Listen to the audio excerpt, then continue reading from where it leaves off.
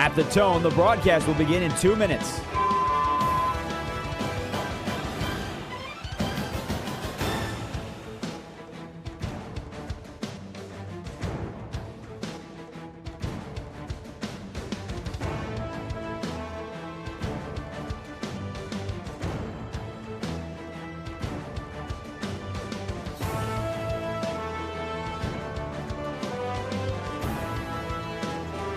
At the tone, the broadcast will begin in 1 minute, 30 seconds.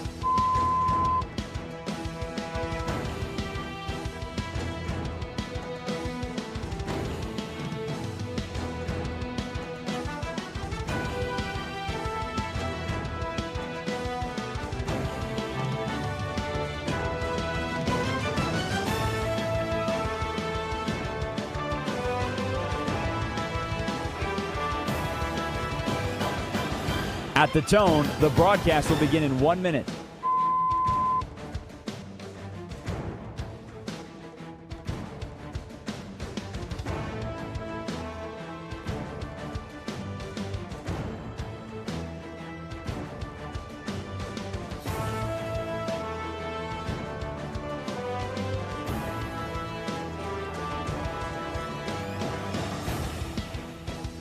Stations, this is your final time check. At the tone, the broadcast will begin in 30 seconds.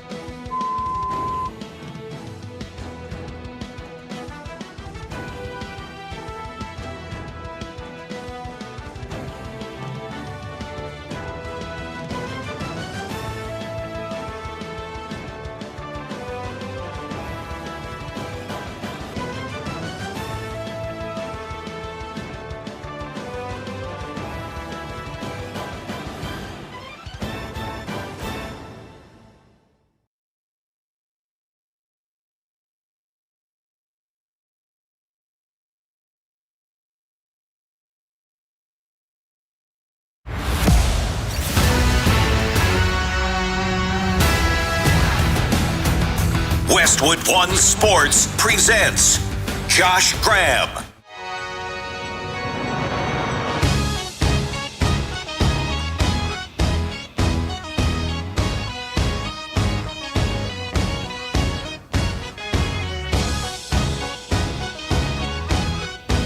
It is the Josh Graham Show, and where I sit, the vibes could not be better on this holiday weekend. There are two teams that I'm emotionally attached to. The Baltimore Orioles, who just hit a walk-off home run in the last hour to beat the Detroit Tigers. And then the Carolina Hurricanes, who scored an overtime winner to knot up the NHL's Eastern Conference Finals at 1 game apiece with the Montreal Canadiens. But let's quickly turn the page to the main event on tonight's sports card, and that is Game 4 of Spurs Thunder down in San Antonio. Some way, somehow, you should expect that the Spurs are going to win this one, sending the series back to OKC, tied at 2. The Spurs are going to find a way. Let's try to look at this first from a non-basketball 1,000-foot view. San Antonio has won 80% of its home games this year. 80%. The only team with more home victories than San Antonio is their opponent, Oklahoma City. So you should not expect that the Spurs are going to lose 2 straight on their home floor. And to go a step further, San Antonio also has not lost 3 straight games the entire 2025-2026 season. We're talking about 6-7 months here that the Spurs have not lost 3 straight games. Prior to this week, the Spurs had not lost back-to-back games since January 13th. More than 4 months ago. Tonight's not the time that they start losing in a way they have not lost all season long. Not to a team that they've played 7 games against the entire season and have a winning record in those games. Spurs 4, Thunder 3. Owning that head-to-head.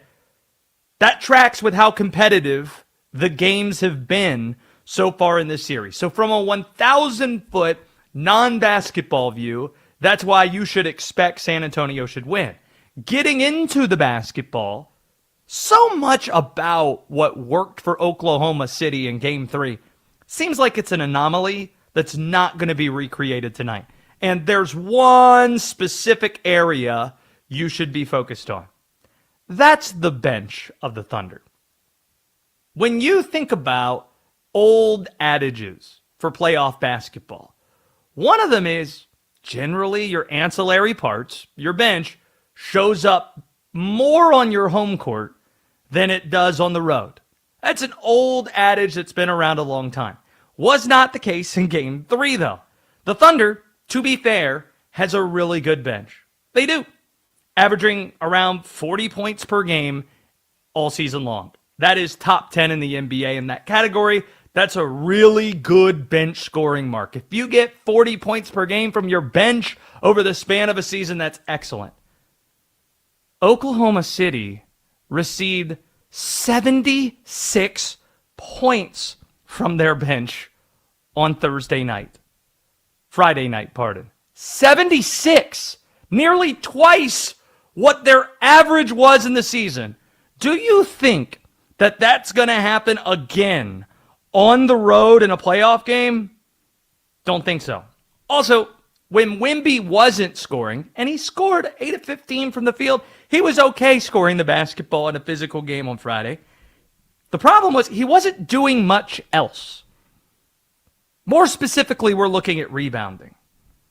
He had 4 rebounds in Game 3. Other than the game that he got hurt in, looking at the concussion game against Portland in round 1, and looking at the game he got ejected in, first half against Minnesota, which, by the way, he still had 4 rebounds in that game. If we discard both of those games, 4 rebounds in Game 3 of the Western Conference Finals, it is the fewest rebounds that Victor Wembanyama has had the entire 2025-2026 season. For perspective, in Games 1 and 2, Victor combined to grab 41 boards in those games. So you should expect OKC's bench isn't going to be as good as it was. Victor Wembanyama is going to be better than what we saw, and that's going to be a big difference maker in San Antonio winning this basketball game. And lastly, the other thing you can't fake in sports is urgency. You either got it or you don't. The reality is, OKC did its job in Game 3, stealing back home court advantage. Both these teams know this isn't college basketball where it's single elimination to advance. So you kind of have to prepare your bodies for long series and for multiple games. And there's a lot of a chess match that goes into this with matchups and rotations. All of that applies. And Oklahoma City knows this is going to be a long series. It's going to be a 6 or a 7 game series. They did their job stealing back home court, which it had lost with the Game 1 loss at OKC. Winning Game 4 tonight, it would just be icing on the cake for the Thunder. Meanwhile, if you're San Antonio, if the Spurs lose tonight, their season's over. Because you're not taking 3 straight off OKC with 2 of those games being on the road. You simply cannot lose both of your home games and expect to beat the reigning champs. You're just not going to do it. So OKC did its job. San Antonio has all the urgency in the world. Some of this is wishful thinking too, because this series has been incredible theater, high-level basketball. It deserves to go 6 or 7. But the longer it goes, here's the other piece why it's wishful thinking. The longer this series goes, the better chance that the Knicks have at making the finals really entertaining as well. Common perception is the winner of the Western Conference Finals is just going to whack the winner of the East. But if the Knicks complete a sweep, hypothetically, tomorrow night, and Spurs Thunders going 6 or 7 games and beating the hell out of each other in each of these games, 53 fouls in 48 minutes on Friday night, for example, and De'Aaron Fox being banged up, and Jalen Williams re-aggravating an injury, and Dylan Harper getting hurt as well, not looking himself in the return on Friday. Well, you're probably thinking, hey, the Knicks, fresh, long layoff. That's something that you feel pretty good about, and maybe that can be an entertaining finals series. Give it a run as well. Think San Antonio is going to win tonight. You should expect them to win tonight and even up this series at 2 games apiece. This segment is sponsored by our friends at Progressive Commercial Insurance. They protect small businesses with affordable coverage options. Get a quote today at progressivecommercial.com. Let's say hello to Ben Strober. Redheads unite!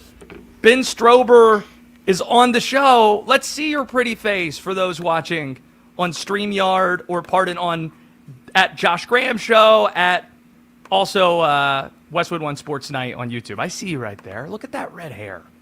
Oh, it looks good. I'm trying to get it right on StreamYard, but we're good. We're good. It's good to see you. We got the red screen in the middle. It just represents us, right? I like it. We need some separation. This is a pro-red show. Like, you have your red hair, my red hair, a red stripe in between us. We probably need that stripe there. Can I get a red stripe on a great American holiday weekend, Memorial Day weekend? Red stripe. Ben Strober, it's good to have you here producing this program. Taking your calls is our friend Art. 310-840-4910. Art Martinez is taking your calls. And here's our question that we have for today's show. In honor of the Survivor 50 finale this week, that happened a few days ago, which starting NFL quarterback would perform the best on Survivor? 310-840-4910. Oh, yes. Gets you right into the jungle, onto the island. Where's Probst at? Right around the corner. Starting quarterbacks in the NFL, who would perform well on Survivor in honor of Survivor 50 on this holiday weekend? However, and wherever you're listening or watching the Josh Graham Show, appreciate that. I am Josh. You're listening to Westwood One Sports. There are 4 quarterbacks, and if you have any to add, feel free to throw them my way at the end of this, Ben. There are 4 quarterbacks to consider as Survivor contenders. If the hypothetical is we've got all 32 starting quarterbacks on an island, and we're trying to figure out, well, who's going to win Survivor between them? Here are the 4 names to strongly consider as Survivor contenders. Number 1, the obvious name you think of first is Aaron Rodgers. He's known for going on the off-season darkness retreats, the ayahuasca and all that. That means he probably is well-suited for the environment. Maybe the challenges of the show he's well-suited for. A tactician he is at the line of scrimmage. Great at reacting to things. Generally well-prepared. Going to be well-prepared for the show if he were on it. He's also 42 years old, which means on the positive end, he's in the prime demo to watch the Survivor show. But also, that might be a drawback. His age could be a drawback with some limitations physically versus some of the other guys across the league. The second consideration is Titans quarterback Cam Ward. He's a country boy from Texas. He's known to love fishing. That's apparently going to be something we see in the Netflix QB series, quarterback series, that Ward is featured on when cameras followed him around his rookie season last year. Fishing, that's helpful for acquiring food on the show. He also he's never really been accustomed to living that bougie lifestyle. He was a 0-star recruit. He started his college career outside of FBS. He climbed his way to Washington State, then to Miami before being the number 1 pick in the draft. So Cam Ward is a consideration as well. A dark horse contender. You're not ready for this name, but we're going to throw it at you anyway. Kirk Cousins. Think about it this way. Do you or do you not believe that Kirk Cousins is a fan of the show Survivor? He gives off the vibe that it's in his contract, that he can't be bothered during Survivor, regardless what time of the year it is, If there's a game that's scheduled the night of Survivor, sorry, Kirk Cousins isn't available because Kirk Cousins is watching Survivor with his entire family. He just gives off that vibe. So he probably knows all the intricacies of the show. He knows all the strategies, like when to pass on challenges, how to preserve food. He avoids some of the common show pitfalls. Kirk Cousins, think he'd be pretty good at it. And do I like that? Yeah, you like that. The first overall draft choice, though, the best pick, if you're going through all the quarterbacks who potentially could do well in this hypothetical Survivor show, Josh Allen has to be talked about here. Like Cam Ward, also known as an outdoorsman, loves to fish.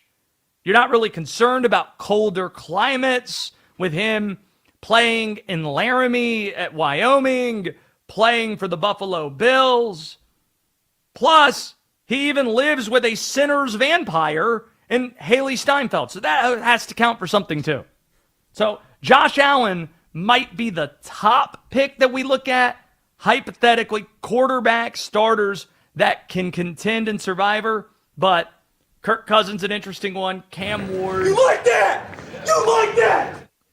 I do. I like also just this premise. I also would love it if the players didn't agree to it. Like they were just thrown on the island and not knowing what they're getting themselves into, which is essentially the plot of Tropic Thunder.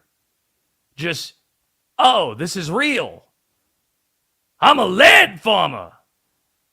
Just, we'll figure it out. Rodgers, Cam Ward, Kirk Cousins, Josh Allen.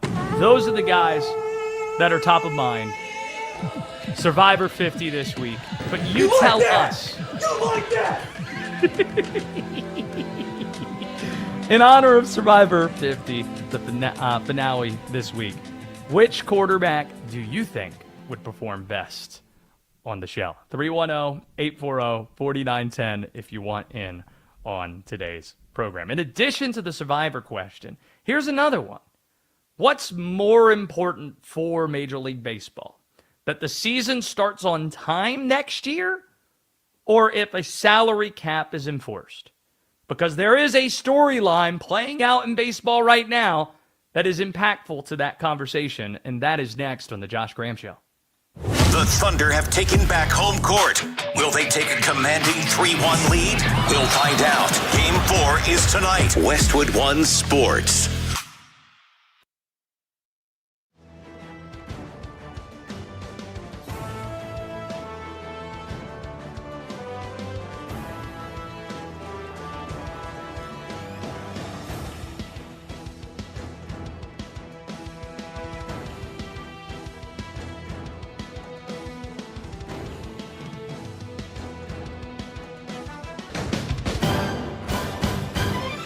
At the tone, the broadcast will begin in 4 minutes, 30 seconds.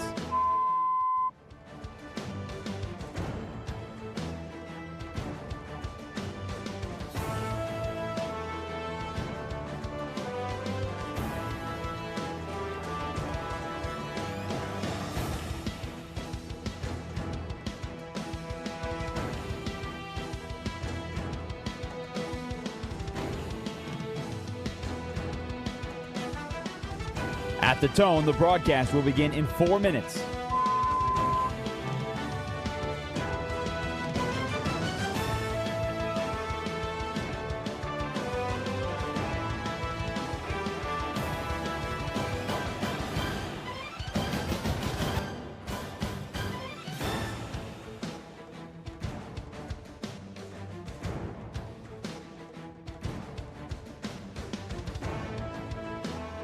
At the tone, the broadcast will begin in 3 minutes and 30 seconds.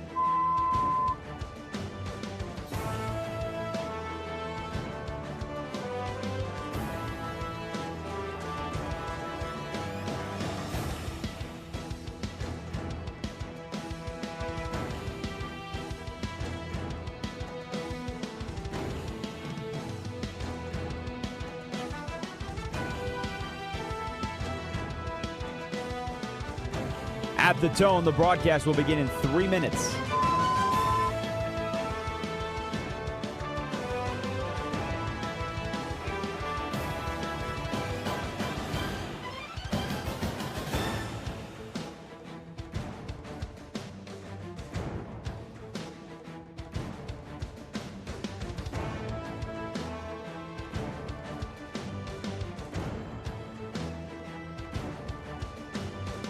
At the tone, the broadcast will begin in 2 minutes, 30 seconds.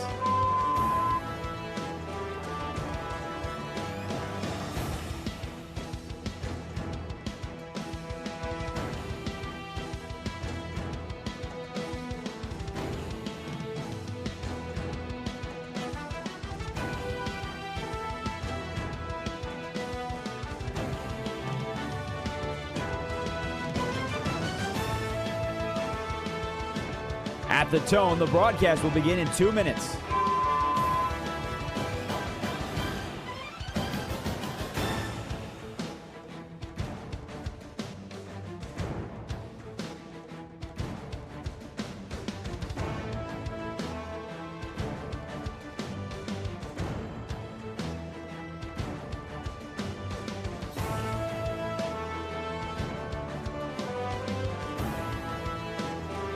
At the tone, the broadcast will begin in 1 minute, 30 seconds.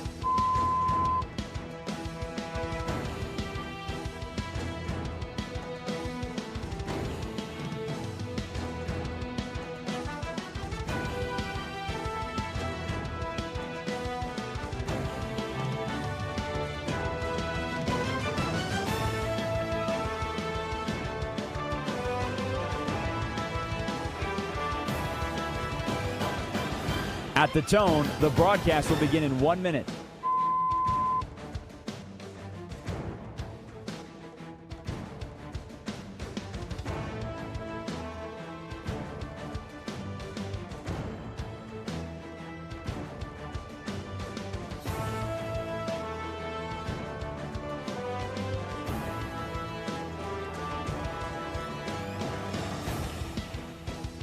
Stations, this is your final time check. At the tone, the broadcast will begin in 30 seconds.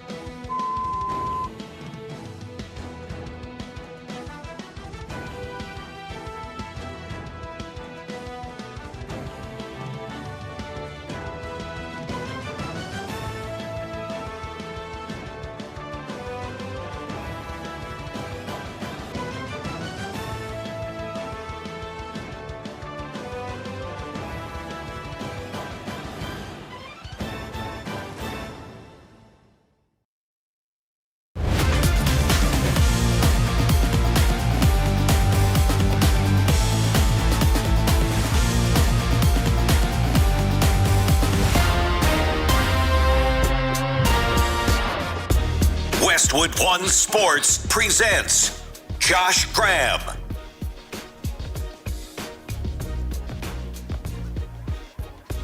The question we're asking, in honor of the Survivor 50 finale this week, which starting quarterback in the NFL would perform best on Survivor? 310-840-4910. Ben Strober and I, putting our heads together, we both agree that Josh Allen's probably the best choice, but cases to be made for Aaron Rodgers and Cam Ward and maybe even Kirk Cousins as a dark horse. Don't know if he agrees completely with that one, but however and wherever you're listening, greatly appreciate that. 310-840-4910 is the number. Shifting things to Major League Baseball. With it being Memorial Day weekend, this is the time on the baseball calendar where teams really take a good hard look at where they're at.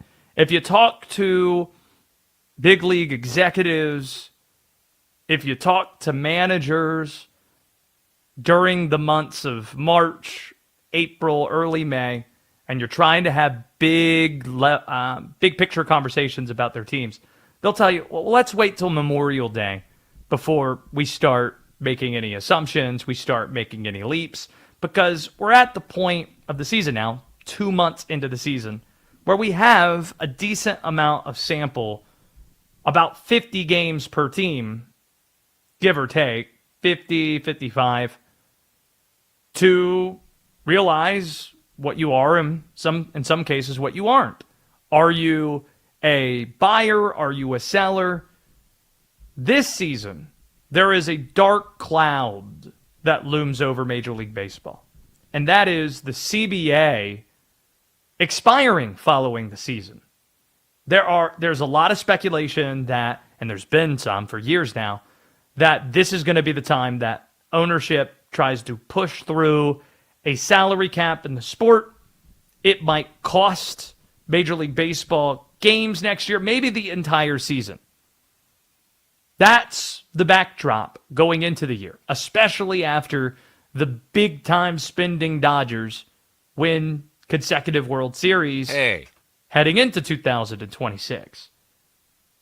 What is there to update on that story on Memorial Day weekend?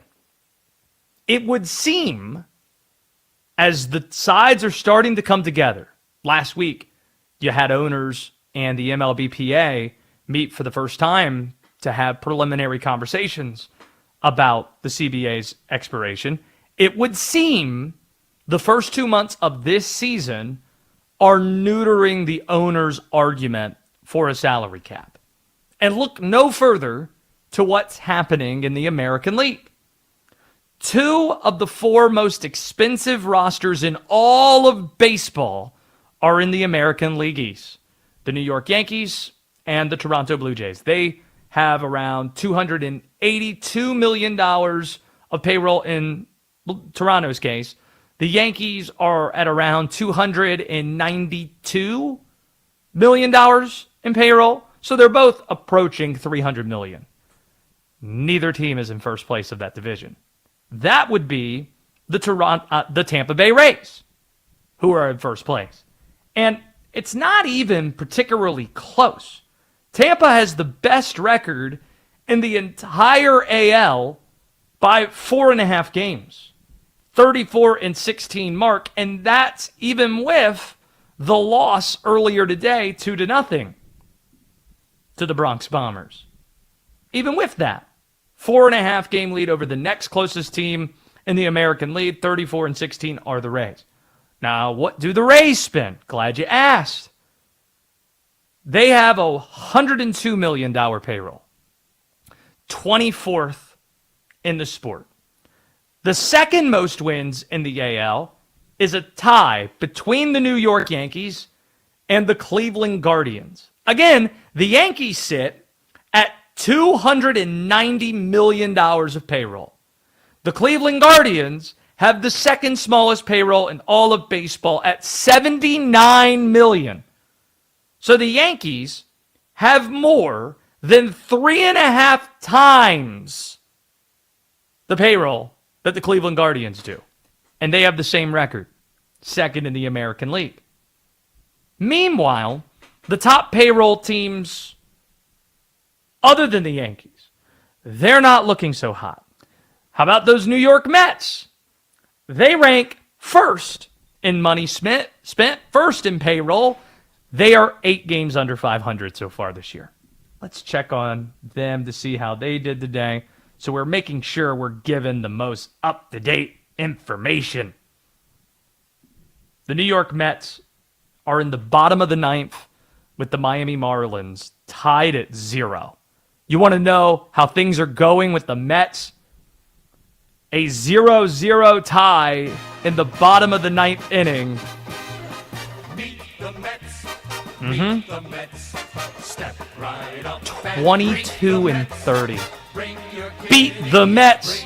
It's what most teams do. We talked about this on yesterday's show, by the way. I want more cheesy songs like that. We don't make those anymore. We don't have the Go New York, Go New York, Go! Like the 90s Knicks anthem. It seemed everybody had a cheesy theme song or an anthem like that in the 90s or the 2000s, and we don't do it anymore. And my working theory on why that is, it's the same reason why we don't have great comedies in the last 15 years. Social media has made us too self-aware. Nobody wants to do anything cheesy or take too many chances because, air quotes, the internet is forever and you might get made fun of or nitpicked if you tried to, God forbid.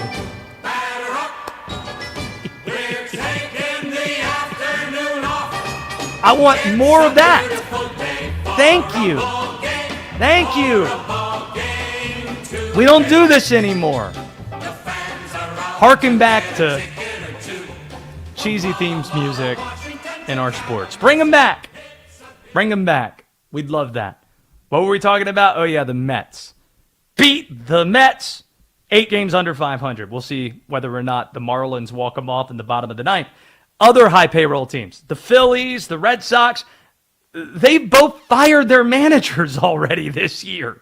Toronto has a losing record, as we mentioned. The Tigers, the Giants, they float around top 10 payrolls, and they're just awful.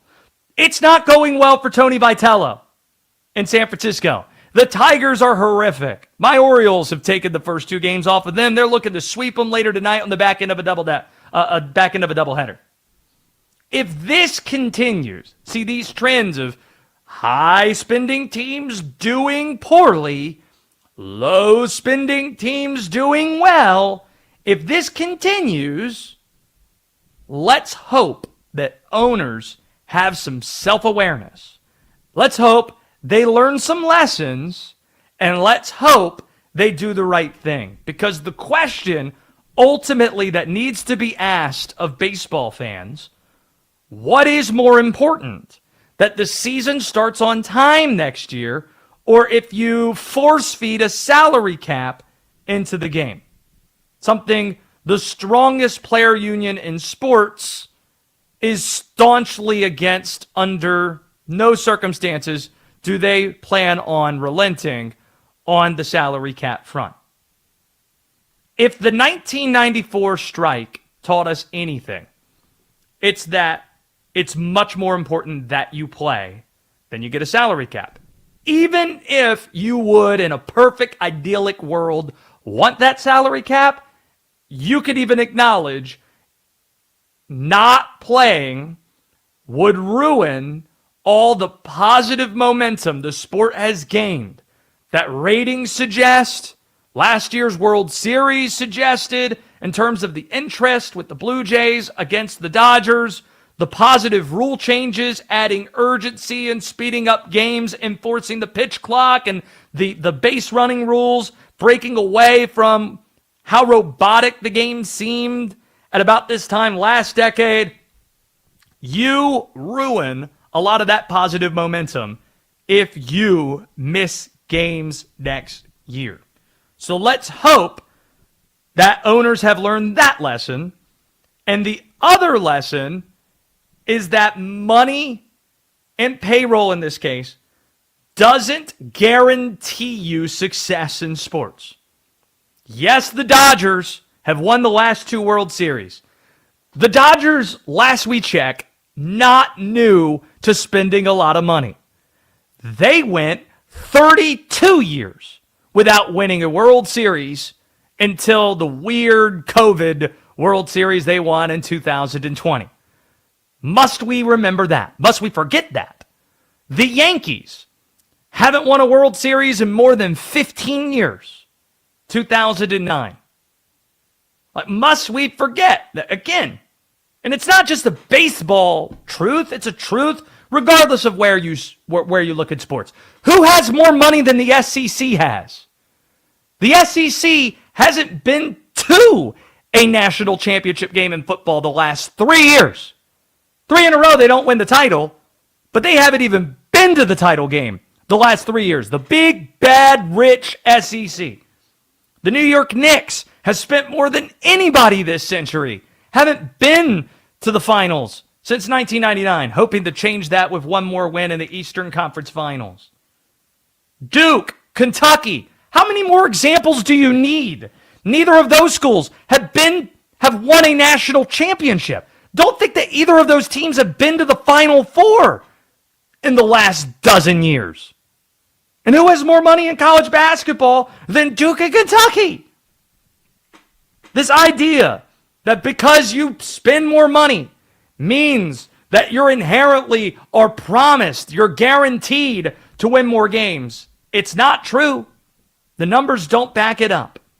So frankly, as somebody who loves baseball and is rooting for the best thing to happen for baseball, which is playing games on time next year, I'm rooting for the Guardians. I'm rooting for the Rays. I'm rooting for the Brewers to continue rolling and kind of making the argument from the owners, the necessity for a salary cap, moot, and neutering that argument in labor talks. Holy cow. The Indy 500 just wrapped up in the last 10 minutes. Somebody get me a big old glass of milk, because Felix Rosenqvist wins the race. That might not be significant to you. He wins the race. Ben Strober, see if you can find the exact margin that this race was won in terms of seconds. In that sport, this is going to be nuts. It is the closest finish in the history of the Indy 500. The 110th running of the Indy 500. And this is the closest finish. Just having it up on my screen here. Rosenqvist behind going into the final turn and able to work around and wins the race by the nose of his stock car. His Indy car. Winning the Indy 500. Wow. What a start to the greatest day on the racing calendar, where you have that race and then you follow it up with one of the most enduring races, one of the most grueling races that you could participate in, the Coca-Cola 600 in Charlotte, North Carolina, which is going to be extra emotional because it's not far. It's just mere miles away from the home of Kyle Busch, who tragically died at 41 years old due to a severe illness earlier this week. So you have the Coke 600. Let's hope that finish is remotely as good as what we just saw with Felix Rosenqvist winning and currently kissing the bricks. And right there, he's on victory lane. Indy 500 just wrapping up. Do we have a number, Ben Strober? How minute is it? I can't even find a number. I don't know if it's been posted anywhere. It's that close. See, that's when you watch it, it's absolute insanity. I am boots on the ground in the state of North Carolina, Winston-Salem, North Carolina specifically. You're listening to the Josh Graham Show. My name is Josh Graham. What up? How you doing? 310-840-4910. It's a monster weekend in the state I live. You're racing. There's no place in America that racing is bigger than the state of North Carolina. Sorry to the folks in Indy. Same for the folks up there. I was up there for the Final Four. Oh, this is the hoop state. Really? When's the last time any of your schools won a title? Oh, yeah, the Pacers. Well, how'd the Pacers do this year? Oh, grassroots basketball. How many of your guys? Did you have the greatest basketball player in history come from your state? Oh, wait, that's North Carolina. I remember that now. So a huge weekend for my state, talking about racing with the Coke 600, following the Indy 500, but also the Carolina Hurricanes winning in the Eastern Finals last night to knot up the series. Friend of the show, Nick Ehlers, he scored the OT winner. He was on the show at this time last week, and I guess that's what happens when you go on the Josh Graham Show. You immediately score 2 goals in an Eastern Finals game when Carolina needed it most. So not bad for the state of North Carolina. After a 2-0 night with our bets last night, we have 3, maybe 4, to place in Graham's Gambling today, and we'll share with you our card next on the Josh Graham Show. Remember Deshaun Watson? He's been on IR the last 19 months. And now, the front runner to be the Browns starter. But Shedeur Sanders and Dylan Gabriel are coming for the job. As always, the quarterback carousel in Cleveland is one to watch. Westwood One Sports.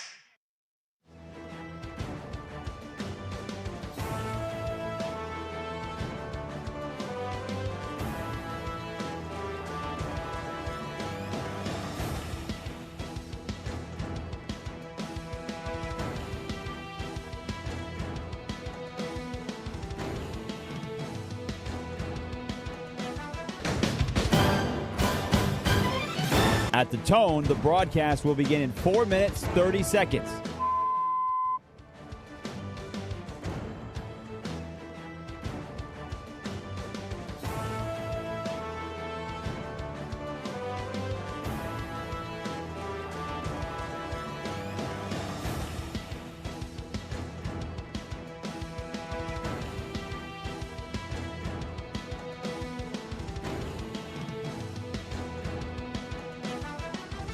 At the tone, the broadcast will begin in 4 minutes.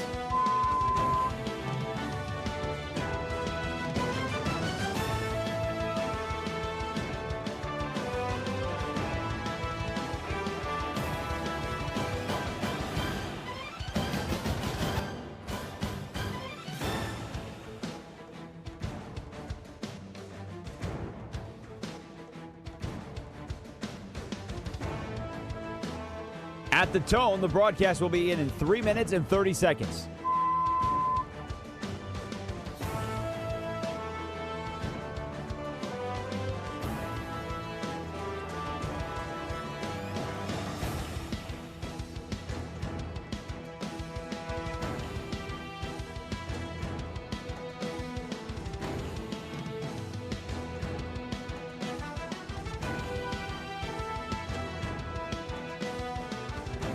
At the tone, the broadcast will begin in 3 minutes.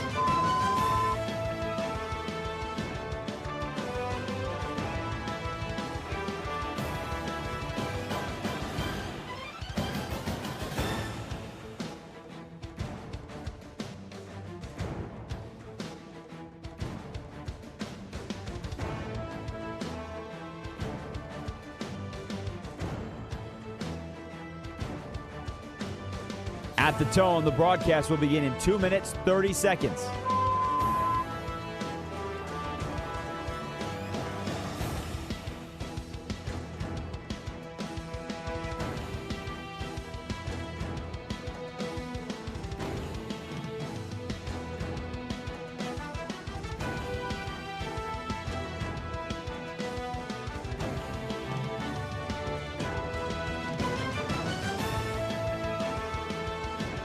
At the tone, the broadcast will begin in 2 minutes.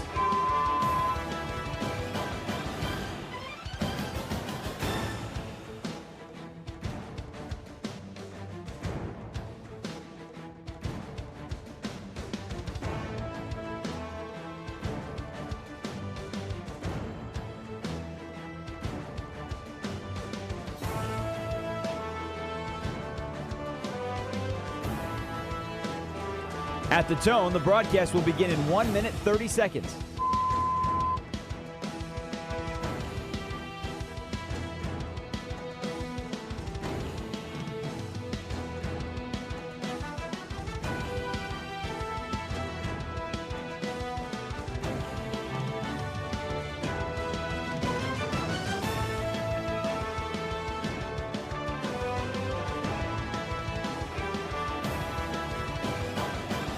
At the tone, the broadcast will begin in 1 minute.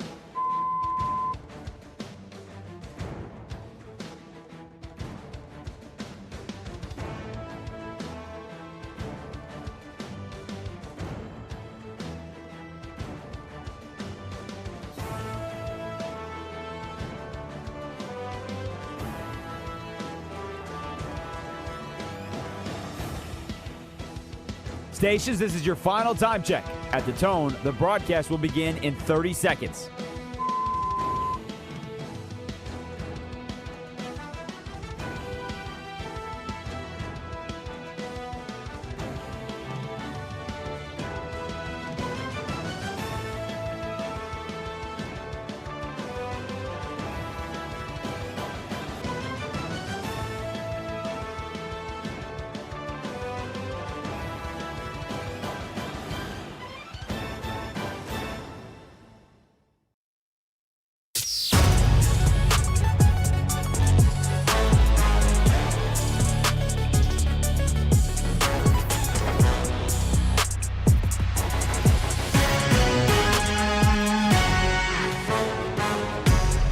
Westwood One Sports presents Josh Graham. Ben Strober just passed this along to me.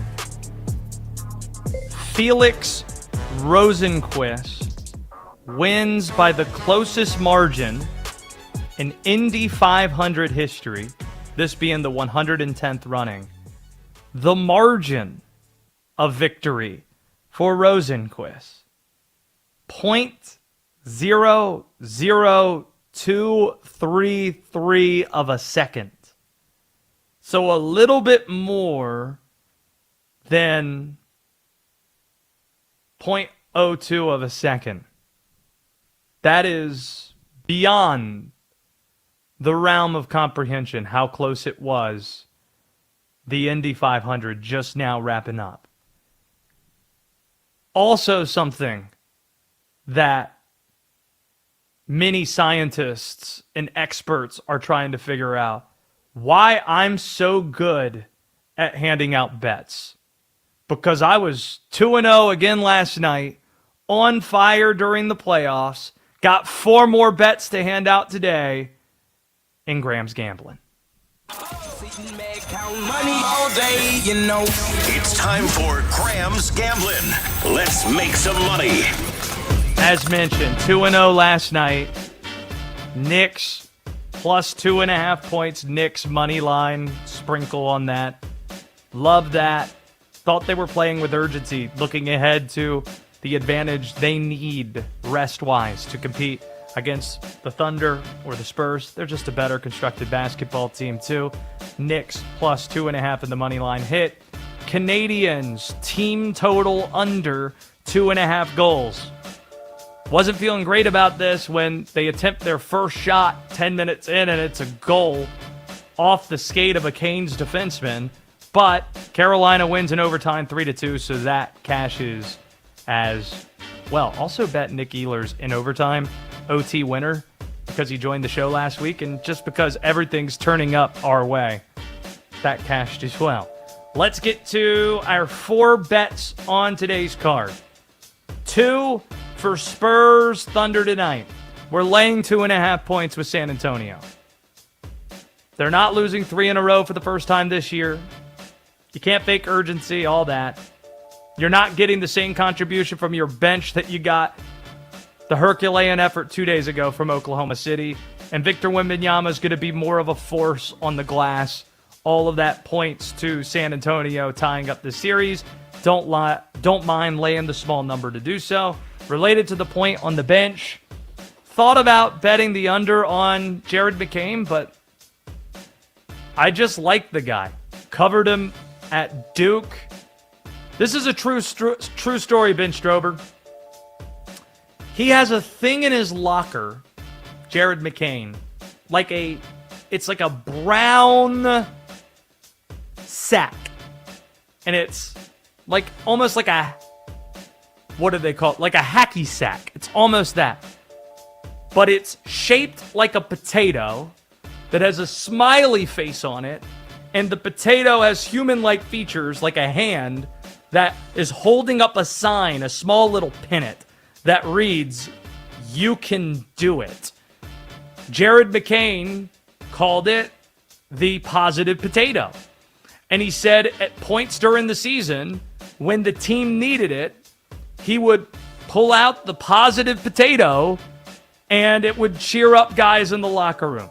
So I just like the guy, and I don't want to bet against him. I don't want to bet his under. So instead, I'm going to focus on Casey Wallace and bet under 8.5 points for him. Don't think that's going to be a double-digit scoring effort when he has scored in double digits the last couple of games. Someone on the bench is going to take a step back, maybe multiple guys. Who knows, maybe even Jared McCain. But I feel most confident with Casey Wallace betting his under 8.5 points. These numbers, courtesy of our friends at DraftKings. So there you go. Spurs minus 2.5. Casey Wallace of the Thunder under 8.5 points. In hockey, if it isn't broken, don't fix it. Not touching Colorado Vegas tonight. That is a super intriguing game. Colorado was the wagon of the regular season. Just a dominant force. And they started the playoffs 8-1, but have lost to John Tortorella's Vegas Golden Knights in games 1 and 2 on home ice, meaning tonight is essentially the series. Vegas, you got them right where you want them. Vegas, if you win tonight, you're going to probably be in the Stanley Cup. If you lose this game on home ice, well, you've opened the door to a team that is the superior team talent-wise. So tonight feels like the series in the Western Conference. I want to take Colorado at a decent number, but the value's not there to do so. So instead, if it's not broken, don't fix it. We're going to bet again Canadiens team total under 2.5 on home ice tomorrow night. The Canadiens actually have been better on the road this postseason than they've been at home. They really struggled to get shots on goal.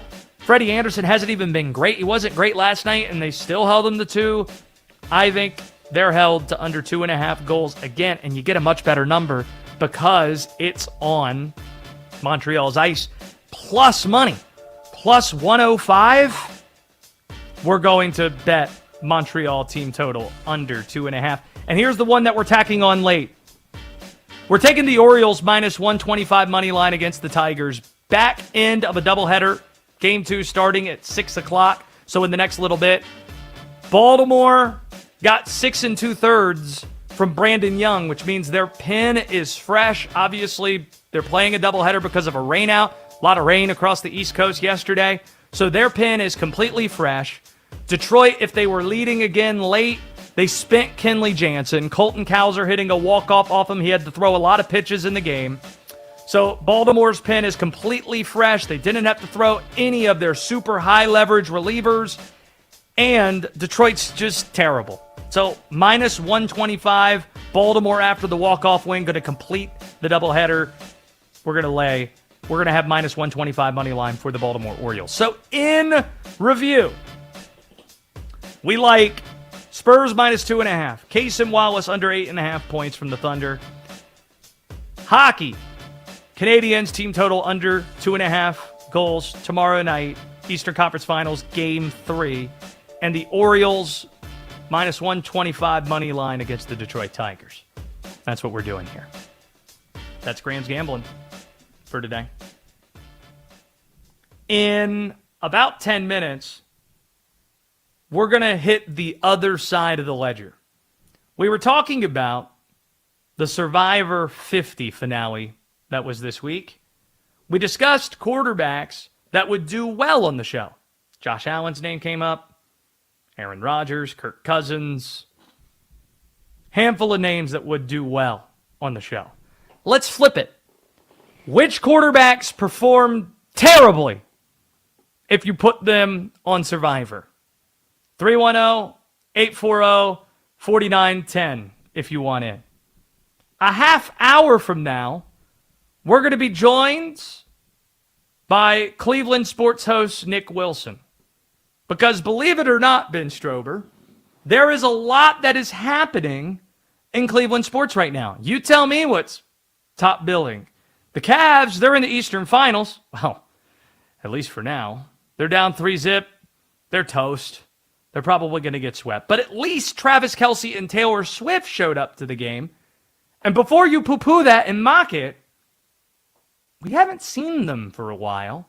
Is this going to be their last public appearance until their wedding next month? We're less than a month away from the Kelce Swift wedding.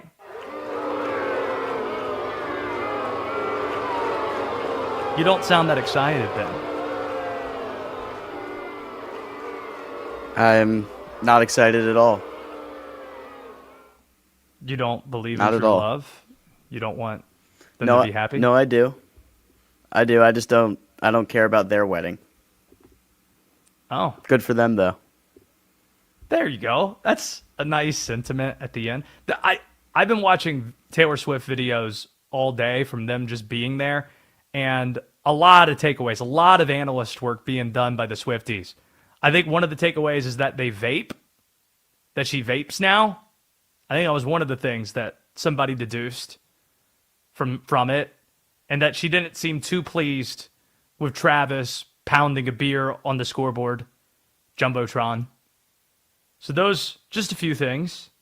Taylor Swift, Travis Kelce getting married next month. So that's happening. That's Cleveland sports, kinda. There are a lot of headlines coming out of Browns offseason workouts. Minicamp.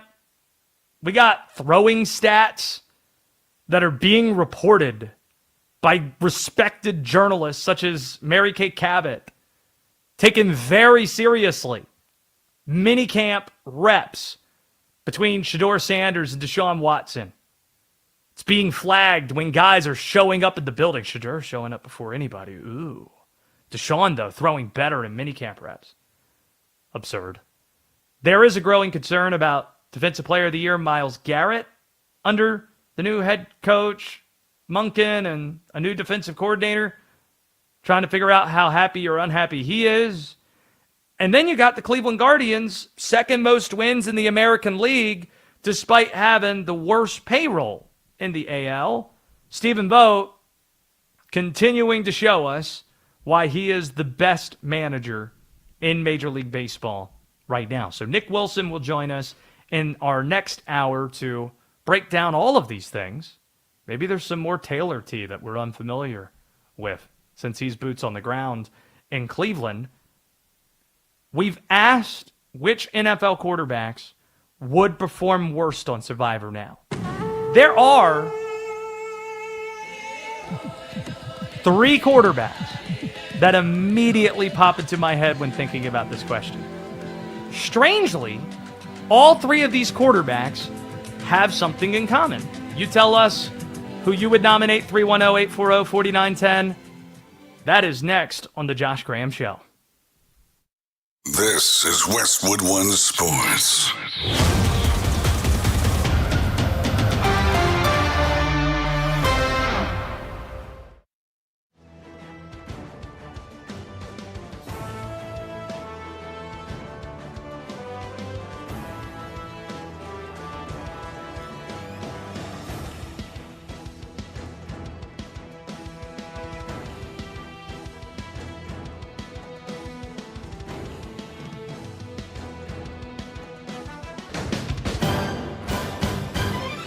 At the tone, the broadcast will begin in 4 minutes, 30 seconds.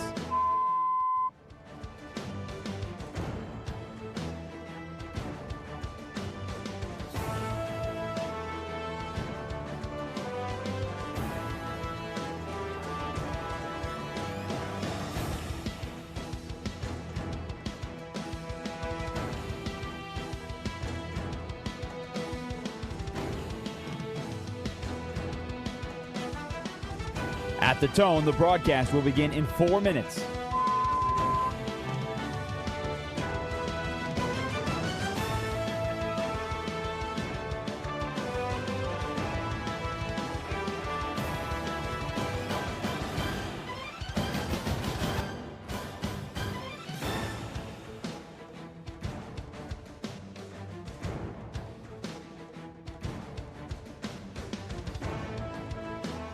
At the tone, the broadcast will be in 3 minutes and 30 seconds.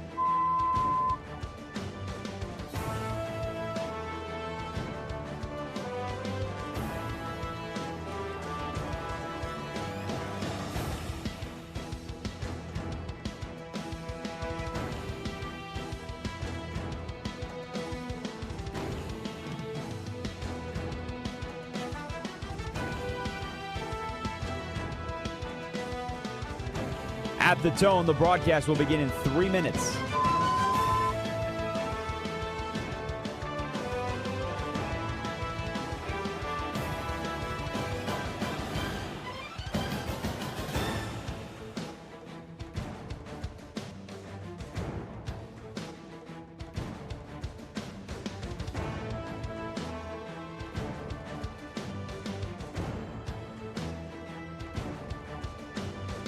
At the tone, the broadcast will begin in 2 minutes, 30 seconds.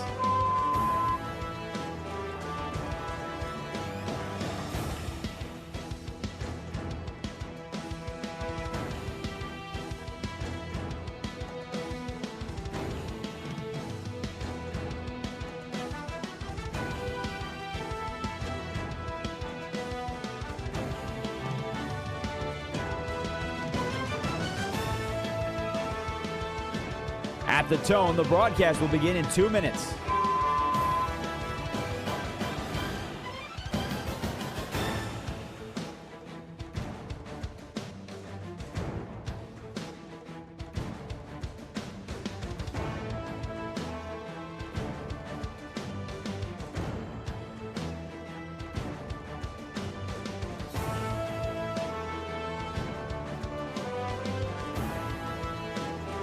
At the tone, the broadcast will begin in 1 minute, 30 seconds.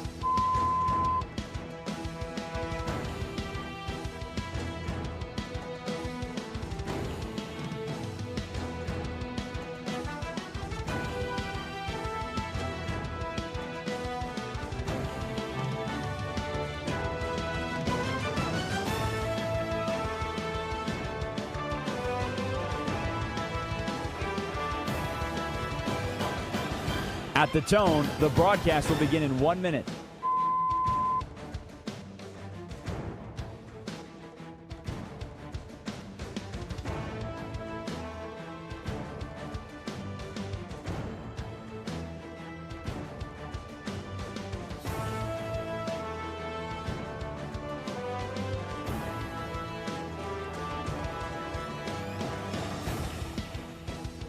Stations, this is your final time check. At the tone, the broadcast will begin in 30 seconds.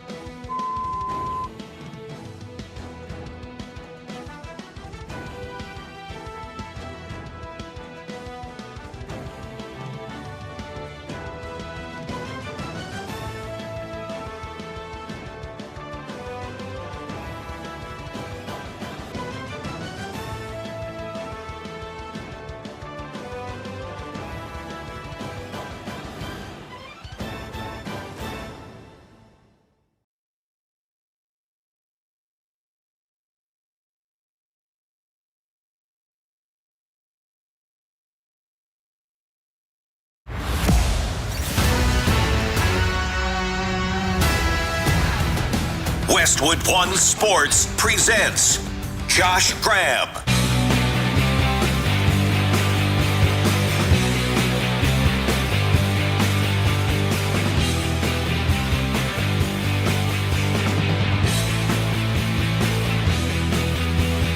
Nick Wilson, Cleveland Afternoon Sports host, is going to help us figure out what the hell's going on in the land 20 minutes from now. Here's a question we're asking to start this hour, though. I'm sure Nick will have some perspective on this. In honor of Survivor 50, the finale of Survivor's 50th season being this week, which quarterback do you think would perform the worst on the show?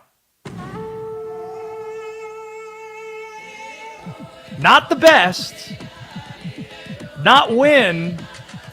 Who gets voted off first?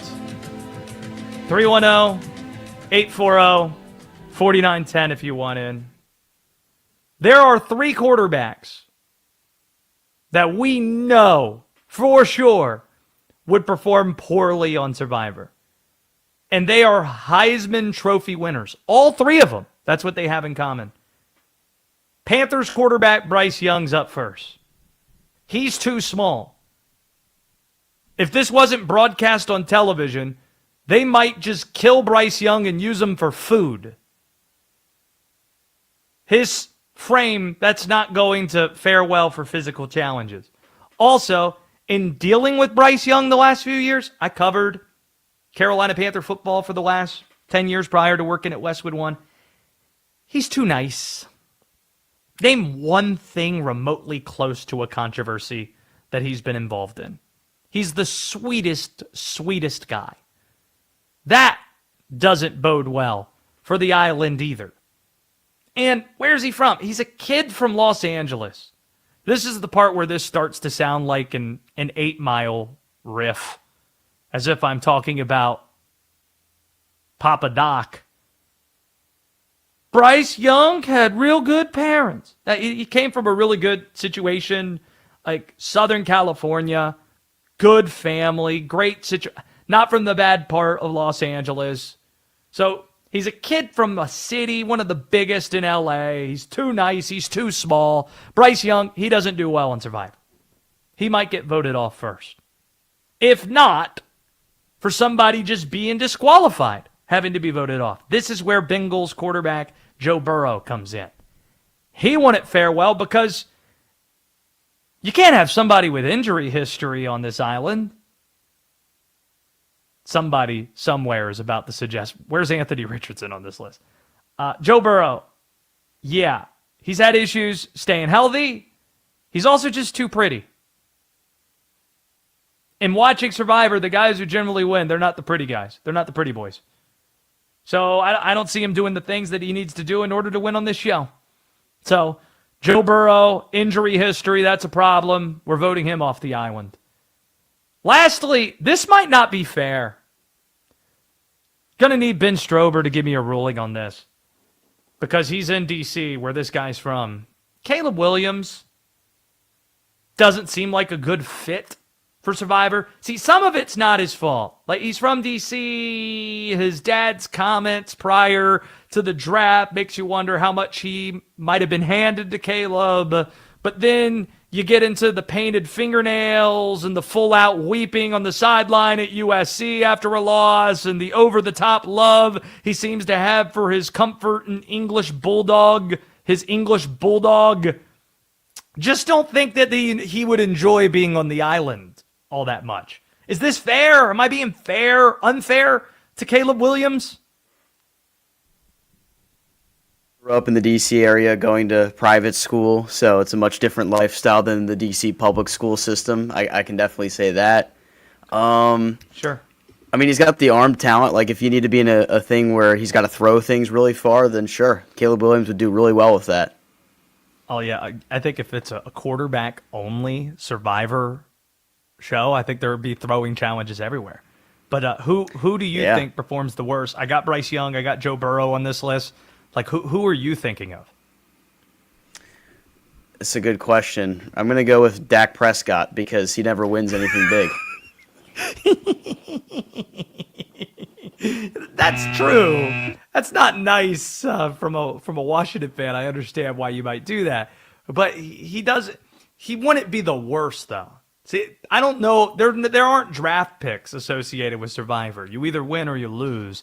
I don't think Dak is getting voted off the island first. Some might consider Starkville, Mississippi, to be like living on the Survivor 50 island. Some might consider that. So maybe that gives him a leg up. But 310-840-4910. Tell us who performs the worst in this hypothetical, having all the quarterbacks on a Survivor season in honor of Survivor 50. 310-840-4910 if you want in. That's Ben Strober producing this show. We've got Art taking your calls at 310-840-4910. My name's Josh Graham. So glad to have you along here on The Josh Graham Show. Sponsored by Progressive Commercial Insurance. They protect small businesses with affordable coverage options. Get a quote today at progressivecommercial.com. We have arrived at the 2-month mark of the Major League Baseball season. We've got some season finales that are wrapping up today. Let's keep you updated on some of those scores. Shout out to the Baltimore Orioles. Their walk-off win off of Kenley Jansen. Both those teams are mid, though. The Tigers are just flat out not good. The Yankees. Yesterday's game rained out in the Bronx to be made up in September. Tampa, despite Garrett Cole and his return to the mound, we hadn't seen him since Game 5 of the World Series in 2024, throwing 6 scoreless innings, only allowing 2 hits. Tampa won that game Friday night. The Yankees earn the split with the Rays. You look at the Yankees pitching, Ryan Weathers, 7 scoreless innings. Even though he walked 3, allowed 4 hits, he worked through some traffic and found a way against this Tampa Bay team that's just been on a roll. Ben Strober's Washington Nationals are in the middle of the third, tied with the team that has the best record in Major League Baseball, the Atlanta Braves, no score. Washington, no score. The LA Dodgers, shout out to Art's Dodgers, they beat the Milwaukee Brewers. So they lose on Friday night, take 2 out of 3 against Milwaukee, 2 of the better teams in the National League, going head-to-head. St. Louis, Cincinnati, that's postponed. San Diego and the Athletics, that's a good series. The Athletics up 3-0, and they're looking for more in the top of the 4th, a couple of runners on base. The Pittsburgh Pirates, 4-1 winners at the Toronto Blue Jays. Cleveland keeping the ball rolling, 3-1 winners at the Philadelphia Phillies. We're going to be joined by Nick Wilson to talk about all the fascinating happenings in Cleveland, kind of a epicenter for American sports in the last few weeks. But as mentioned, it's the 2-month mark of the Major League season. It's the time on the calendar that big league teams look at where they're at, try to assess, are they going to go for it? Are they going to be sellers? And also for us to look at the big picture and try to assess what's real and what isn't. Here are the biggest storylines through the first 2 months of the Major League season. First off, the National League Central. Every team in that division is good. Every team in the National League Central is good. Nobody has a losing record. In fact, everybody has a winning record. The Pirates are in last place and they're 27-26. That's incredible. Also, just bad luck for the Pirates. Hey, you're over 500 2 months in. Congrats, Pittsburgh. Show them what they won. Last place in your division still. What? That's where the Pirates are. But they've been a great story. The NL Cy Young race, it's going to be wild. And most of the pitchers that are up in that race are from this division. Jacob Mizorowski from Milwaukee. Paul Skeens from Pittsburgh. Chase Burns with the Cincinnati Reds. Hashtag ProDeeks, a former Wake Forest Demon Deacon, Chase Burns. So the National League Central, that right now is a gigantic storyline in the sport. Secondarily, rough starts for some of baseball's biggest brands and heaviest spenders. Looking at you, Red Sox and Phillies, who fired your managers, and the Mets, 8 games under 500, a train wreck, the Blue Jays. Well, let's check in, actually, on the Mets. So the last time we looked at their score, it was no score in the bottom of the ninth. How'd that game end? Ben Strober, you ready for this? Walk-off grand slam from Miami. Let's go. That's so good. That is so good. A pinch hit, walk-off grand slam to open scoring for Herbie. Haven't heard this name before. Herberto Hernandez. There you go. Walk-off grand slam. So the Mets now are not 8 games under. They're 9 games under 500. We mentioned the Blue Jays lost today, which means they're even worse as well. So that's obviously a big story. And the third biggest story through the first 2 months, tarps off movement. Let's all take our shirts off and do this show. Nah, we don't have to do that. But one of the places that has featured the tarps off movement is the place that might be the best story in American sports right now, and that's the Tampa Bay Rays. The fact that this baseball team was displaced last year, yet a hurricane ravaged Tropicana Field, not able to play at your home ballpark. You had to play in some Mickey Mouse AAA park, which wasn't fun because it's hot. Breaking news in Florida, and the weather also leads to a lot of your schedule being moved around. It's not ideal. Ahead of schedule, they get back in the Trop, even though most of the storylines going into the season, 1, aren't giving you a chance to compete on the field, 2, are negative, having nothing to do with baseball. Hey, is there a long-term future in St. Pete? Are the Rays going to relocate? All that type of stuff. And they're 34-16. Best record in the American League by 4.5 games. Perhaps the most well-run operation in baseball. They evaluate super well. They do everything right. It is frustrating as hell to watch your team face the Rays because they just expose you for not doing everything well. Every time they challenge on the ABS ball system, they win. Every time they go for a stolen base, they get it. Their base running's perfect. They don't do the thing where they're just analytically driven. Hell, we're just going to swing and hope we hit it far, hit it hard. No, they hit both sides of the field. Everyone has a great approach. Their pitching staff, it's fun, it's deep. It's hard not to love the story. They are the best team in the American League right now, 34-16, after being displaced with all the rumors of relocation, and they're doing so in the same division as the New York Yankees and the Toronto Blue Jays, who won the pennant in the American League. That is something very easy to root for. It's what makes baseball special. The Rays represent a lot of what makes Major League Baseball special. Taylor Swift, Travis Kelce, they're attending Cavs Eastern Finals games. The Cleveland Browns, They have drama in minicamp. Drama already for the new head coach. And the Cleveland Guardians, we talk about how the Rays are the best team in the American League. 4.5 games better than the Guardians, despite the fact the Guardians have the second lowest payroll in all of baseball. Nick Wilson joins the show to help us make sense of what all is happening in Cleveland. Next on the Josh Graham Show. This Memorial Day, we honor the brave men and women who made the ultimate sacrifice in service to our country. From all of us across this great nation, we remember the fallen and the freedom they secured. Westwood One Sports.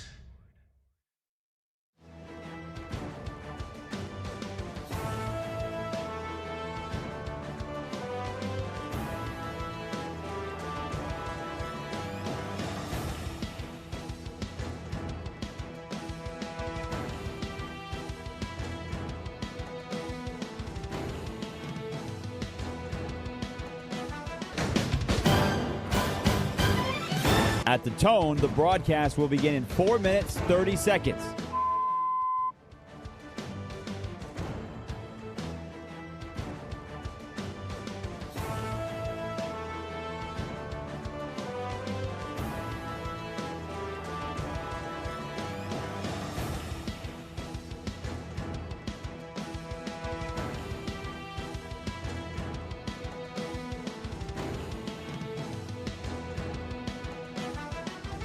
At the tone, the broadcast will begin in 4 minutes.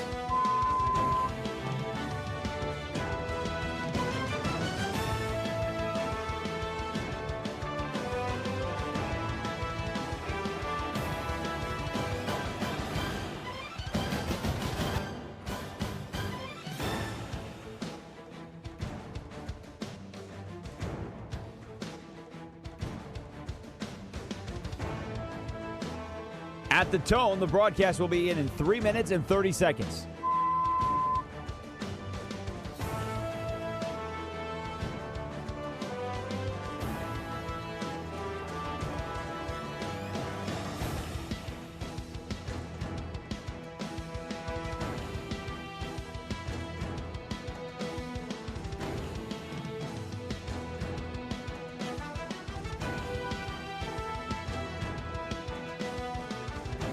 At the tone, the broadcast will begin in 3 minutes.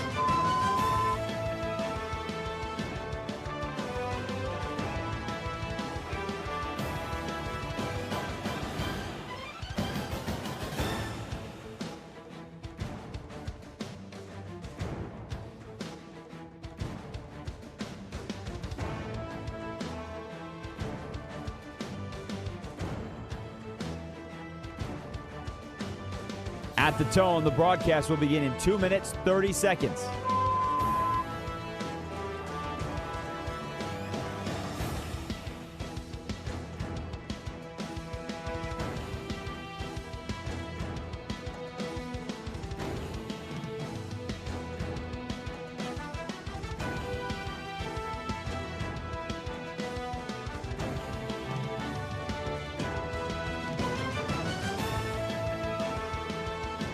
At the tone, the broadcast will begin in 2 minutes.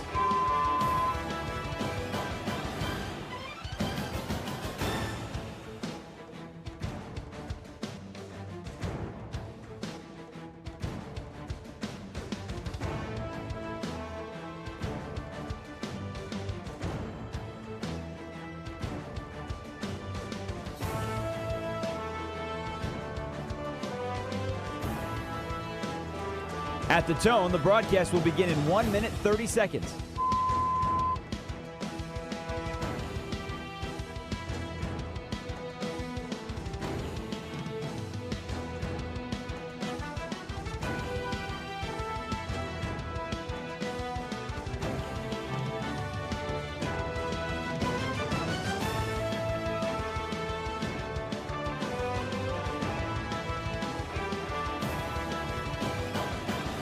At the tone, the broadcast will begin in 1 minute.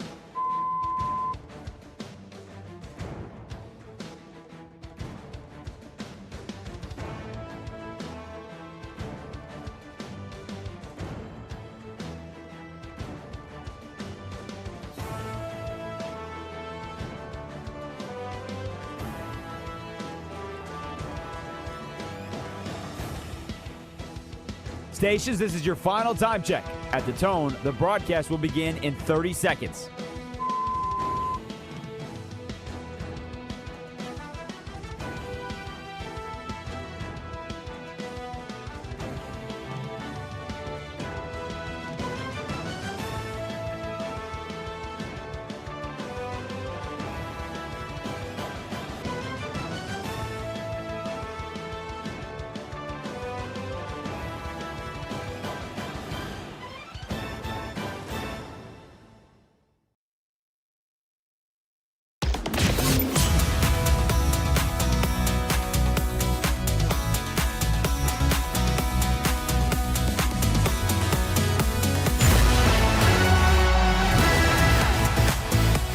Westwood One Sports presents Josh Graham.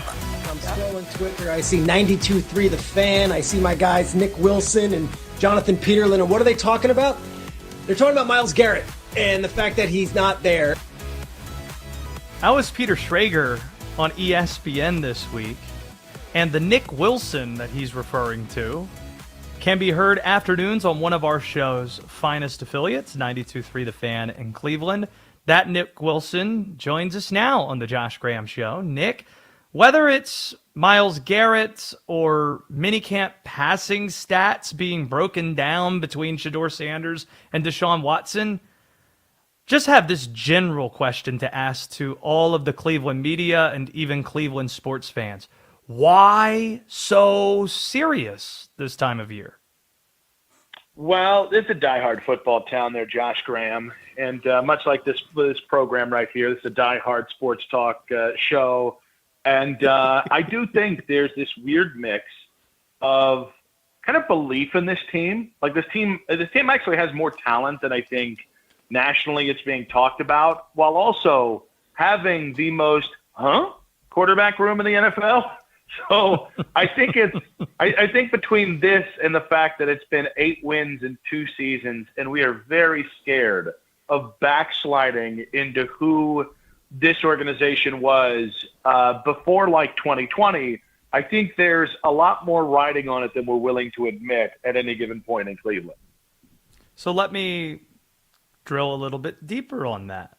What do you view to be I'm married, the Josh. most – hey now. What do you view to be the most substantial thing, like a thing that is tangible, real, not fugazi, to come from the Browns offseason? I think they had a really good offseason. I think that's outside of the quarterback position, and it's insane that I have to say that. They went in saying we have real problems on the offensive line, and we don't have enough playmakers for whoever's going to be the quarterback. And they didn't just attack that. They attacked it on multiple levels via trade, via free agency, and of course in the draft. And so, this is a team that already had a top 5, top 10 defense last year. And the numbers slipped a little bit because there was kind of that we're mired in like 4 different quarterbacks playing. Like they had a little weird slump. This defense has got real talent. And all you really honestly need offensively, you just need to kind of quarterback proof this thing to the best degree you can. Because if you get even average play with this defense, there's literally no reason they can't make a jump from being a 5-win team to an 8 or 9-win team. And that would be a huge success and effectively signal that the end of the rebuild is here. So what's being lost in the Myles noise and Deshaun versus Shedeur and Dion talking, any chance he gets, what's being lost in all the noise is Todd Monken is making a lot of people kind of smirk around here. He kind of matches the vibe of the city. And they had a really strong offseason. Now, if only the quarterback thing works out for them. How does that get handled reps-wise? How does that get decided during training camp and during preseason games, you think? Oh, this is the $235 million guaranteed question there, Josh. I don't see a reason why it shouldn't be a straight-up quarterback battle, and whomever emerges. And if there's a tie, the tie goes to the 5th-round rookie because it's not like we haven't seen enough of Deshaun Watson. And I think that Todd Monken I think he's an on-the-level kind of guy. Meaning, like, if he says it's a fair competition, I'm actually inclined to believe him. But in that organization, and it doesn't mean that, Todd won't be making the decision, but there's always going to be influence from other people, namely Jimmy Haslam and the front office and analytics. So Todd has said repeatedly, it would be ideal if you could actually have the quarterback battle wrapped up before training camp so you could just walk in with QB1. But given that Deshaun has to prove he can stay healthy, given that Deshaun has to prove he won't return to slop at the nearest point, and I think there is just a continual, you got to prove it from Shedeur, given that he was a 5th-round pick and given he showed some flashes, but ultimately the numbers weren't where people wanted him last year. It really wouldn't surprise me if the reality is this thing goes into multiple weeks at camp and probably isn't decided until preseason game number 2.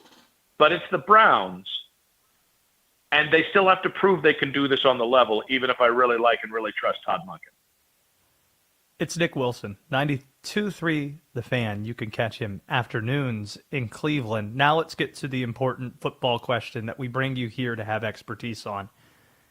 In honor of the Survivor 50 finale this week, we've been asking the question in 300 markets across the country, just, because we ask the important stuff.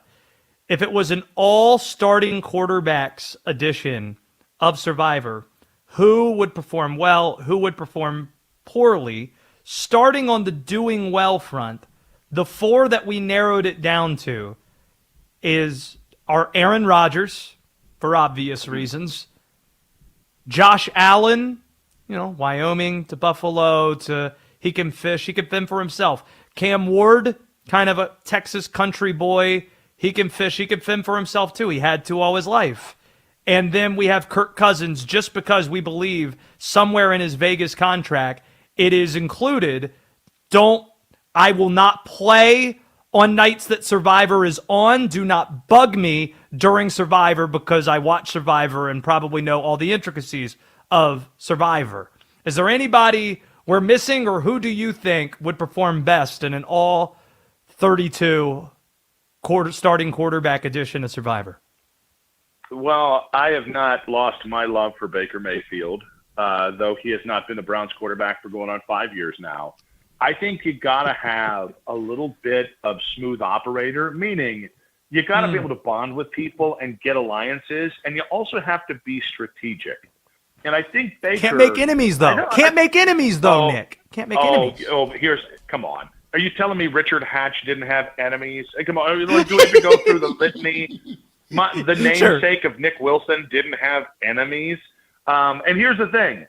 I think Baker not only would handle the alliances well, I think he'd handle the, greasing out people who maybe – you understand, there's a guy who, in a locker room with Odell Beckham Jr. and Jarvis Landry, and while Odell Beckham Jr. was having his dad tweet out videos of how his son just wasn't getting the ball.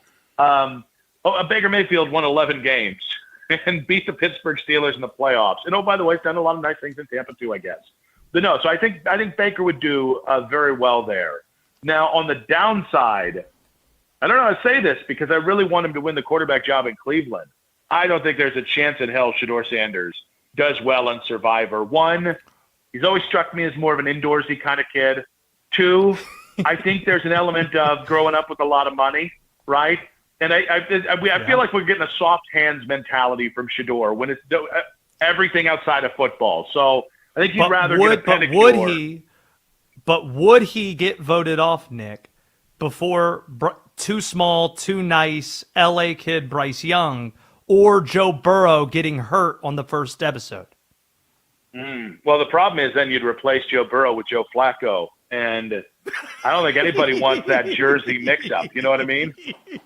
Then how do you go from Joe Burrow on Survivor to Joe Flacco? That could be real. But no, by the way, Kyler's the first guy voted off.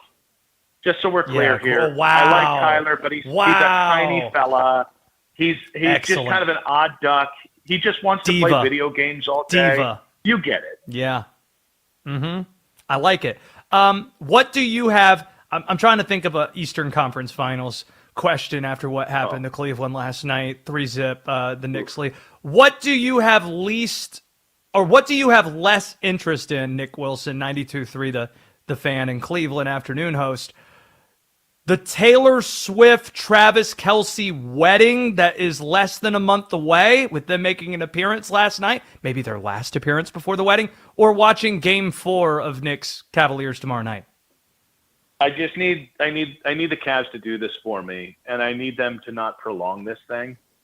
I'm ready for Tuesday to be the requiem for this season for the Cavs. I don't want to have to pretend on Tuesday like they still have a chance just because they win on Monday night. So I am not a Taylor Swift fan, although I recognize her talents.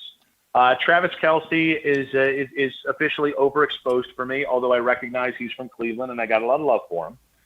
But I would rather talk about the Kelce Swift wedding about 50 times over than Game 4. And I'll watch it because they've got me under contract. I have to do it, but I'm not going to enjoy it. I watched that I watched Game 3 with my best friend at a bar. And I put back a couple brewskis. There was definitely a lot of wings consumed. All right, we had a great time. And with about 4 minutes left, I looked at him and said, I don't think we have to watch the final 4 minutes of this. You got to understand, that's not who I am as a fan. And by the way, I'm not angry. Like, your chance was Game 1, and you blew it because your head coach is a bit of a goober.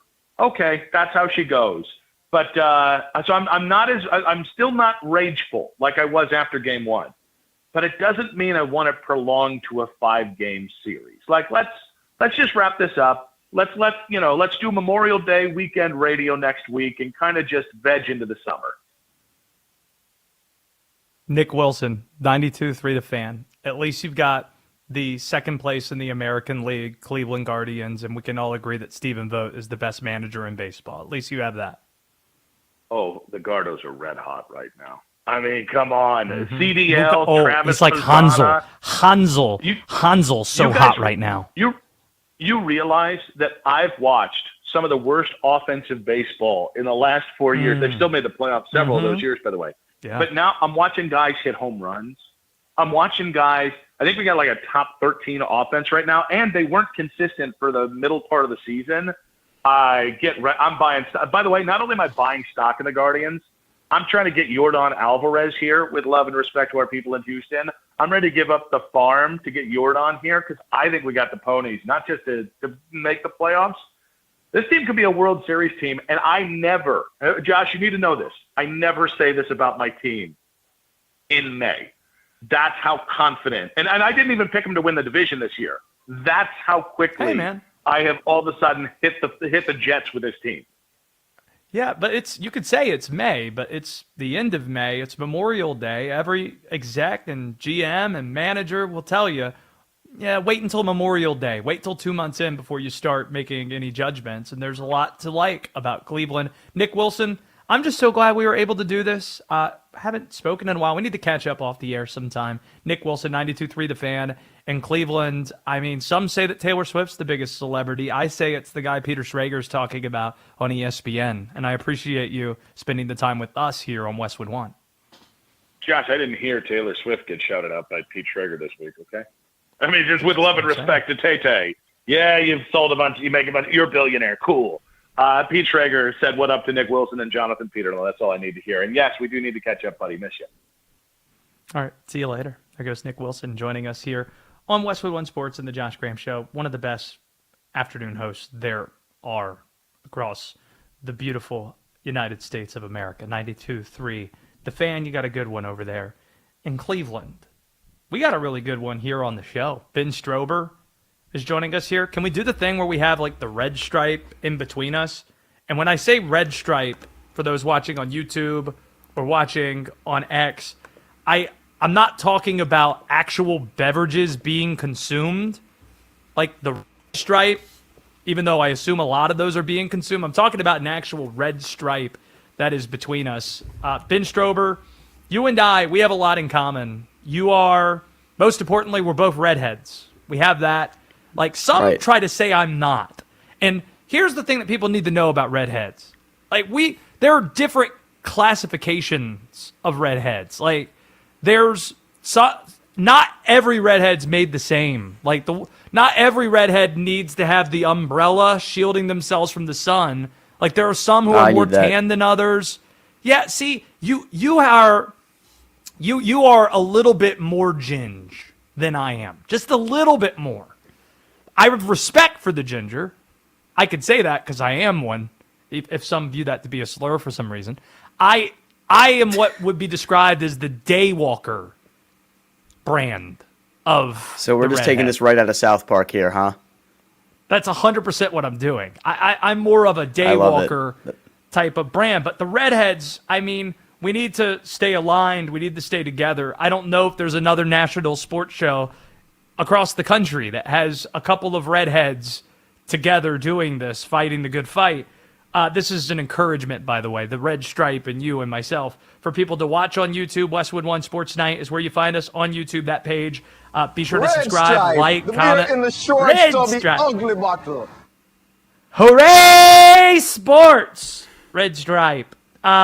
Yeah, so that's an encouragement there. Like, subscribe, comment. That helps with the algorithm. Subscribe to the podcast too, Apple Podcast and Spotify. You could search Westwood One Sports Night. There, our guy Ben Strober is rocking it. We also root for baseball teams in the Mid-Atlantic. The Orioles getting a walk-off win. I almost said the DMV, but it's weird. Some say that doesn't apply to Baltimore. I was born in Baltimore, but no, the DMV, It doesn't apply. That doesn't apply. It's No, just not so at all. Intergalactically stupid. I can't even begin. Like, oh, it's not part of Maryland? Uh-huh. Got it. No, it's sure, the whatever. DMV is the DC metro area. You don't have a metro near Baltimore, therefore it's not part of the DMV. Like, Richmond is not part of the DMV. That's way too far south. Got it. I've just misreferred to this my entire life. Like, my wife is from close to Danville in Virginia, and I thought she was in the DMV. I thought I was in the DMV. Nope. Neither of us not invited to this very exclusive, stupid club. The Nats. You're a Nats fan. I'm an Orioles fan. So we have that going. We've both been struck with good fortune with one of our favorite squads, the Carolina Hurricanes. They're tied at 1 in the Eastern Finals. You're a Wizards fan. They just won the draft lottery. So we're going to do a mock draft a little bit later on, and you'll let me know how you feel about things shaking out in that a little bit later on. So make sure you're subscribed to our channels. Ben Strober producing things, Art taking your calls at 310-840-4910. Coming up, a prediction for Spurs Thunder Game 4. Keep it here on the Josh Graham Show. The Thunder have taken back home court. Will they take a commanding 3-1 lead? We'll find out. Game 4 is tonight. Westwood One Sports.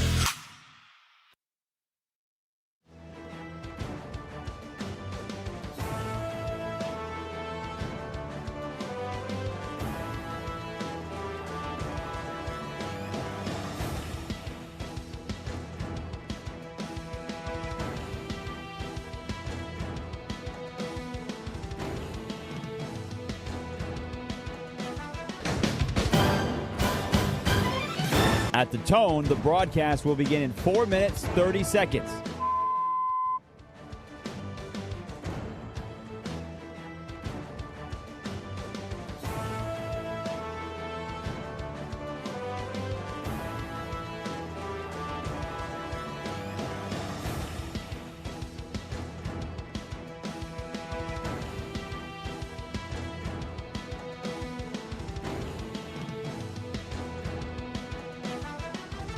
At the tone, the broadcast will begin in 4 minutes.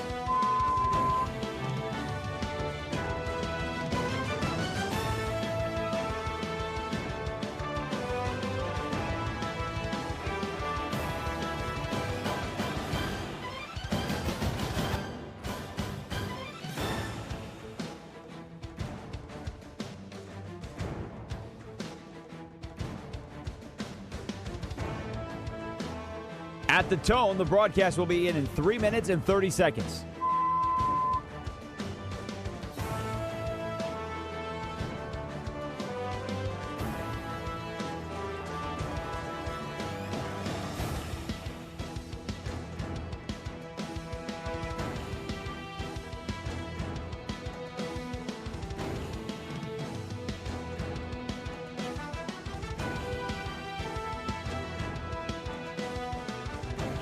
At the tone, the broadcast will begin in 3 minutes.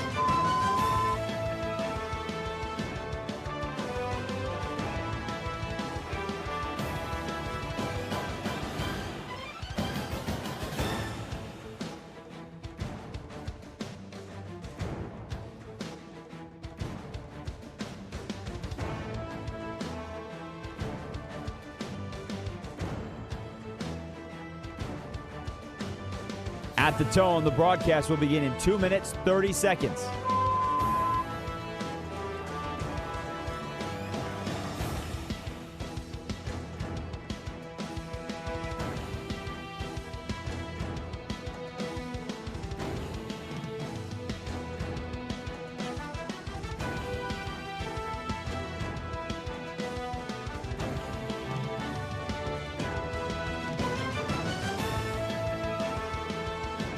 At the tone, the broadcast will begin in 2 minutes.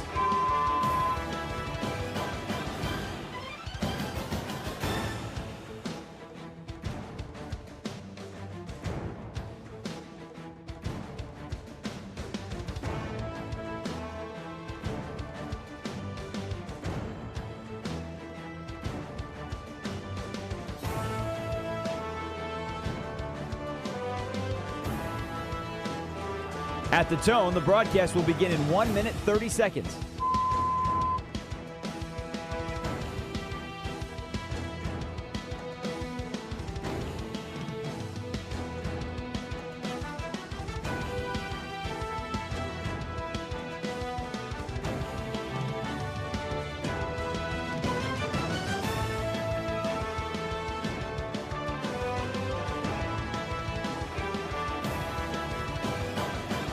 At the tone, the broadcast will begin in 1 minute.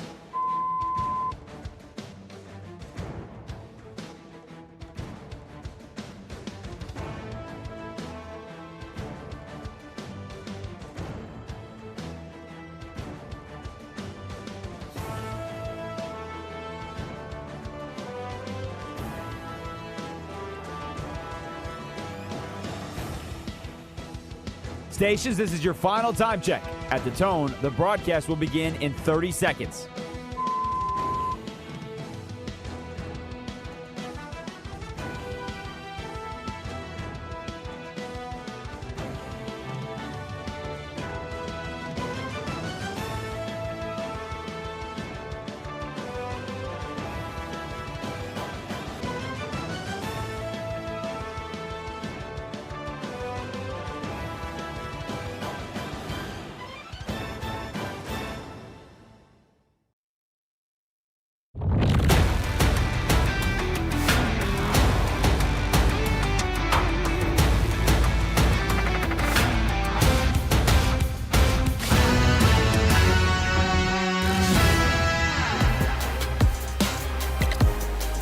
Westwood One Sports presents Josh Graham. I have trouble making my teammates better right now. If that's what I should do better. My shooting splits aren't terrible. I need to be more of a team player. That's the voice of Victor Wembanyama following the Spurs dropping Game 3 on their home court. Game 4, NBC, 8 p.m. later tonight.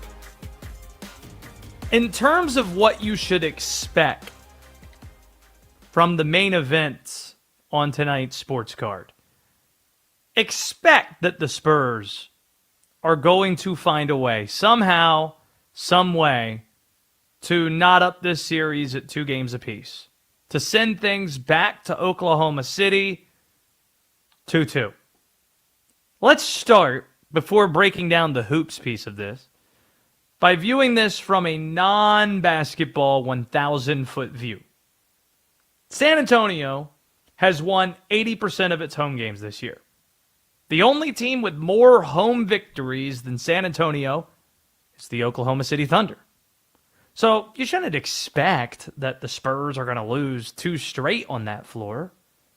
San Antonio also has not lost 3 consecutive games the entire 2025-26 season. So playing several games each week, every week, other than the All-Star break, between now and mid-October, the Spurs have not lost 3 games in a row. Prior to this week, Oklahoma City taking games 2 and 3. San Antonio had not lost back-to-back games since January 13th. That is more than 4 months ago. Plus, if you put any value in the regular season, San Antonio still owns the head-to-head with the Oklahoma City Thunder. And before you say, well, Josh, SGA had a spell and Jalen Williams missed games, most of the games J-Dub and SGA played in.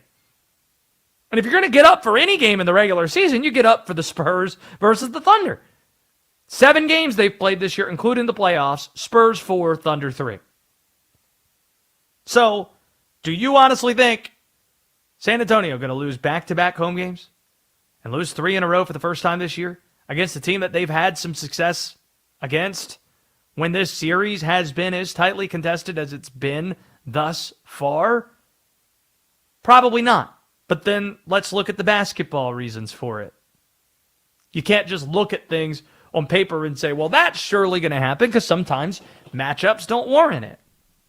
How so much from what we saw in game number 3 from OKC, it's an anomaly that won't be recreated tonight. First and foremost, Oklahoma City's bench. There's an adage in basketball. You generally get more from your ancillary parts, your supporting cast on your home floor, than you do playing on the road. The Thunder, though, has a really good bench. They averaged 40 points per game this season, getting 40 points per game from your bench. That is really good. That's top 10 in the NBA good. And you're happy if you get 40 points from your bench on a given night. Oklahoma City scored 76 points from its bench on Thursday night. 76. You think that's going to happen again? And let's not forget, it's not even their normal bench, because you had to elevate somebody into the starting lineup with Jalen Williams being out, with J-Dub being out. So, do you honestly think that's going to happen again? Don't think so. Also, when Wemby wasn't scoring, he scored it okay on Friday night. When he wasn't scoring, he wasn't doing much else. Ties a playoff low in blocks. 4 rebounds. That's it. 4 rebounds in game 3? Other than the game he got hurt in against Portland, the concussion, and the game he got ejected in against Minnesota, Victor Wembanyama, the 4 rebounds that he grabbed against Oklahoma City, the lowest total of boards in a game this year for Wemby. For perspective, 41 rebounds combined in the first 2 games. So, 76 points from your bench, 4 rebounds for Wemby. That doesn't feel like it's replicable later tonight. There's also a chance that the league, this is the part where's my tinfoil here? Ben Strober, have you been introduced yet to Conspiracy Josh? I think I've heard Conspiracy Josh in the background of my car before. Okay. Well, he has something he wants to say to you. Let's see. For those watching on X and on YouTube, he usually has an accent. Deal with it. Well, hello, Ben Strober. Lost my hat here. Throw it on real quickly. You know, one other thing that isn't being talked about with this here Western Conference final? How about we talk about officiating, Ben? Don't know why this hat's not staying on like it normally does. We could talk about officiating a little bit.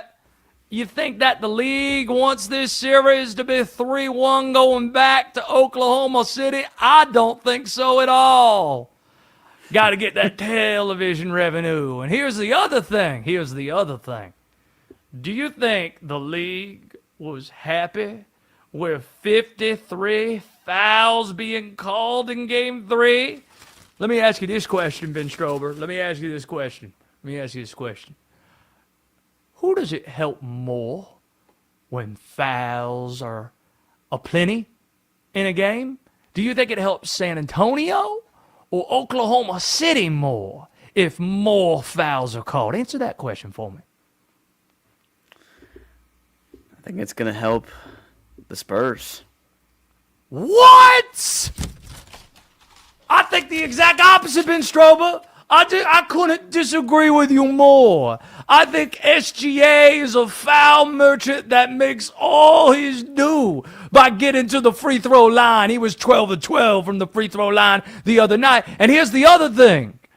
San Antonio, they don't have as many guards. They don't have as much depth as Oklahoma City does. So when somebody gets in foul trouble, it's a problem. They're having to play Jordan McLaughlin out there, and they're having to throw Harrison Barnes' old ass out there, and they're having to play zone at points, and that's not good for San Antonio. So I think the league unhappy with the 53 fouls that were called in this basketball game. I think they call a lot less. I think it benefits the Spurs, and I think the league going to do their part. Is Scott Foster on the whistle tonight? We got to figure it out because that's going to play a factor in this game too. I'm going to get out of here because this keeps falling off my head. Hear me out. Hear me out about the foul stuff and the flopping that OKC's been doing all series long.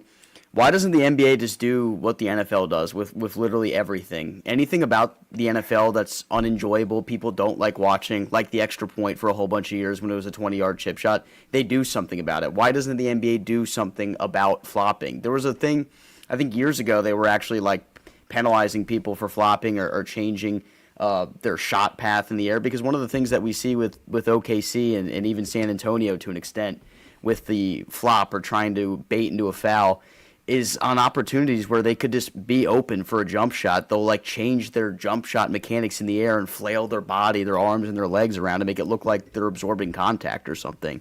Why doesn't the NBA say right now before this game, you guys aren't doing that tonight?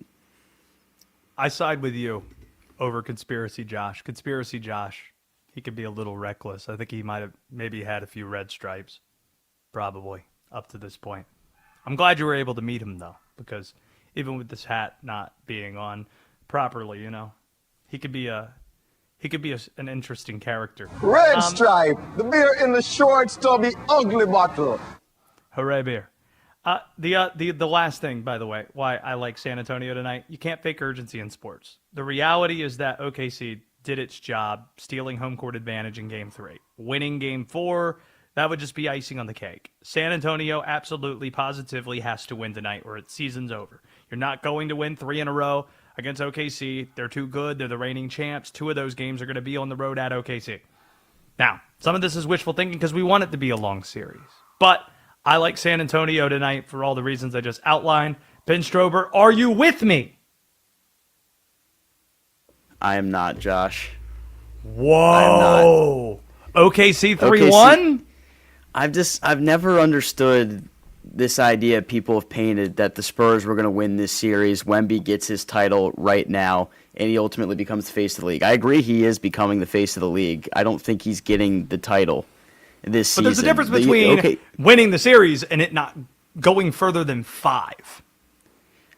I gave OKC this series in 6 games, I think was my initial prediction. I wouldn't be shocked, though, if they do it in 5. I think the Thunder are that good, and I don't really care about the success that the Spurs had against them in the regular season. The NBA playoffs is completely different. The Spurs are built a little bit better to contend in the playoffs than people, I think, imagined, even though they're a young team. I think they had guys that have played in really high-level situations prior to the NBA, so I wasn't worried about the inexperience part getting in the way of them. But OKC, they won the finals last year, and it's practically the same team right now. They're not going to win more than 2 games in that series.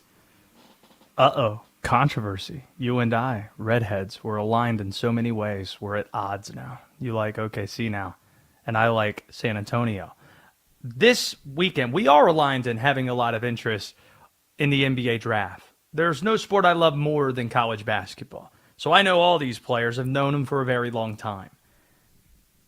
This week marks being 1 month out from the NBA draft. So how about we deliver Mock Draft 1.0 for the lottery next on the Josh Graham Show. This is Westwood One Sports.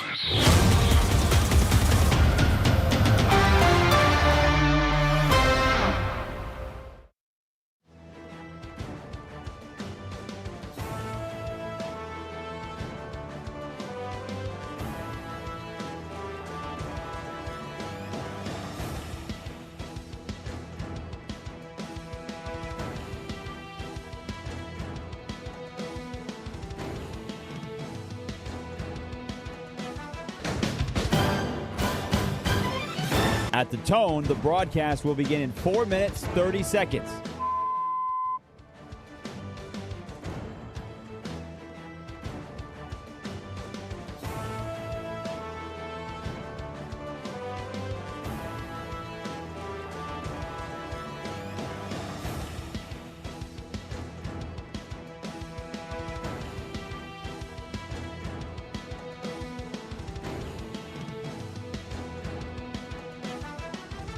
At the tone, the broadcast will begin in 4 minutes.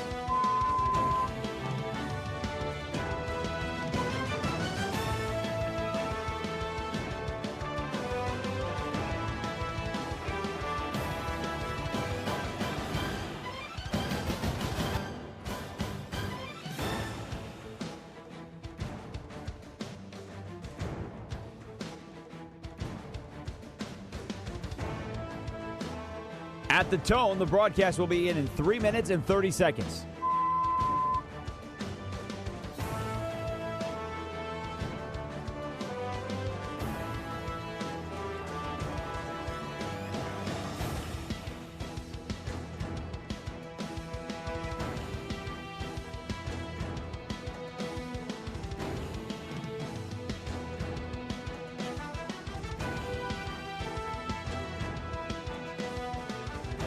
At the tone, the broadcast will begin in 3 minutes.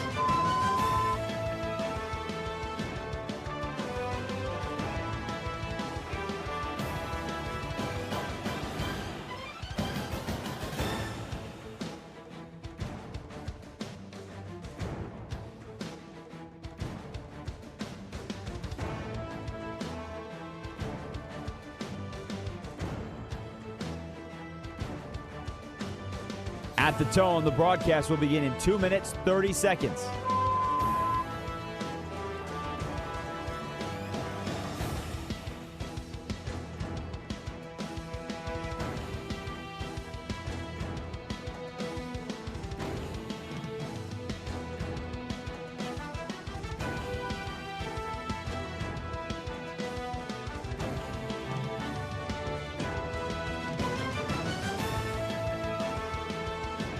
At the tone, the broadcast will begin in 2 minutes.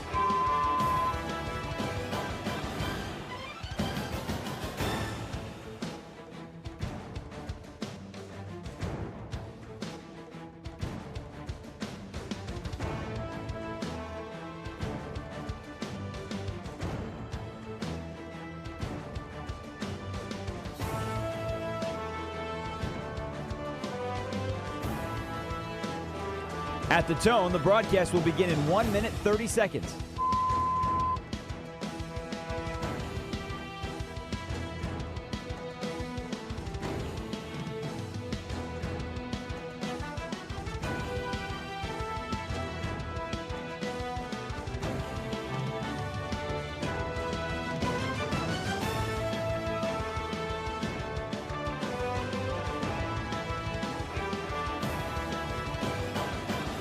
At the tone, the broadcast will begin in 1 minute.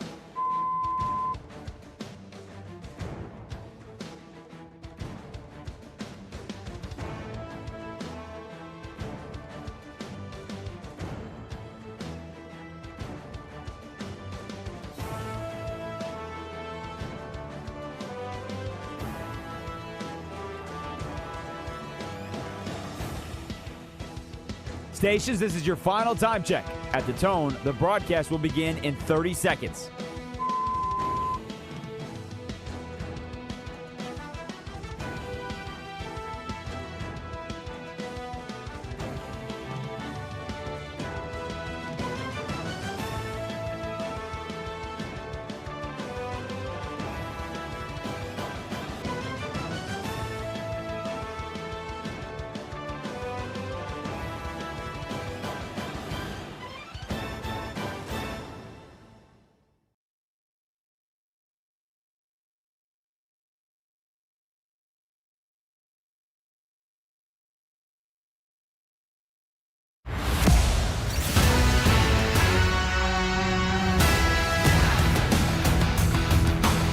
Westwood One Sports presents Josh Graham.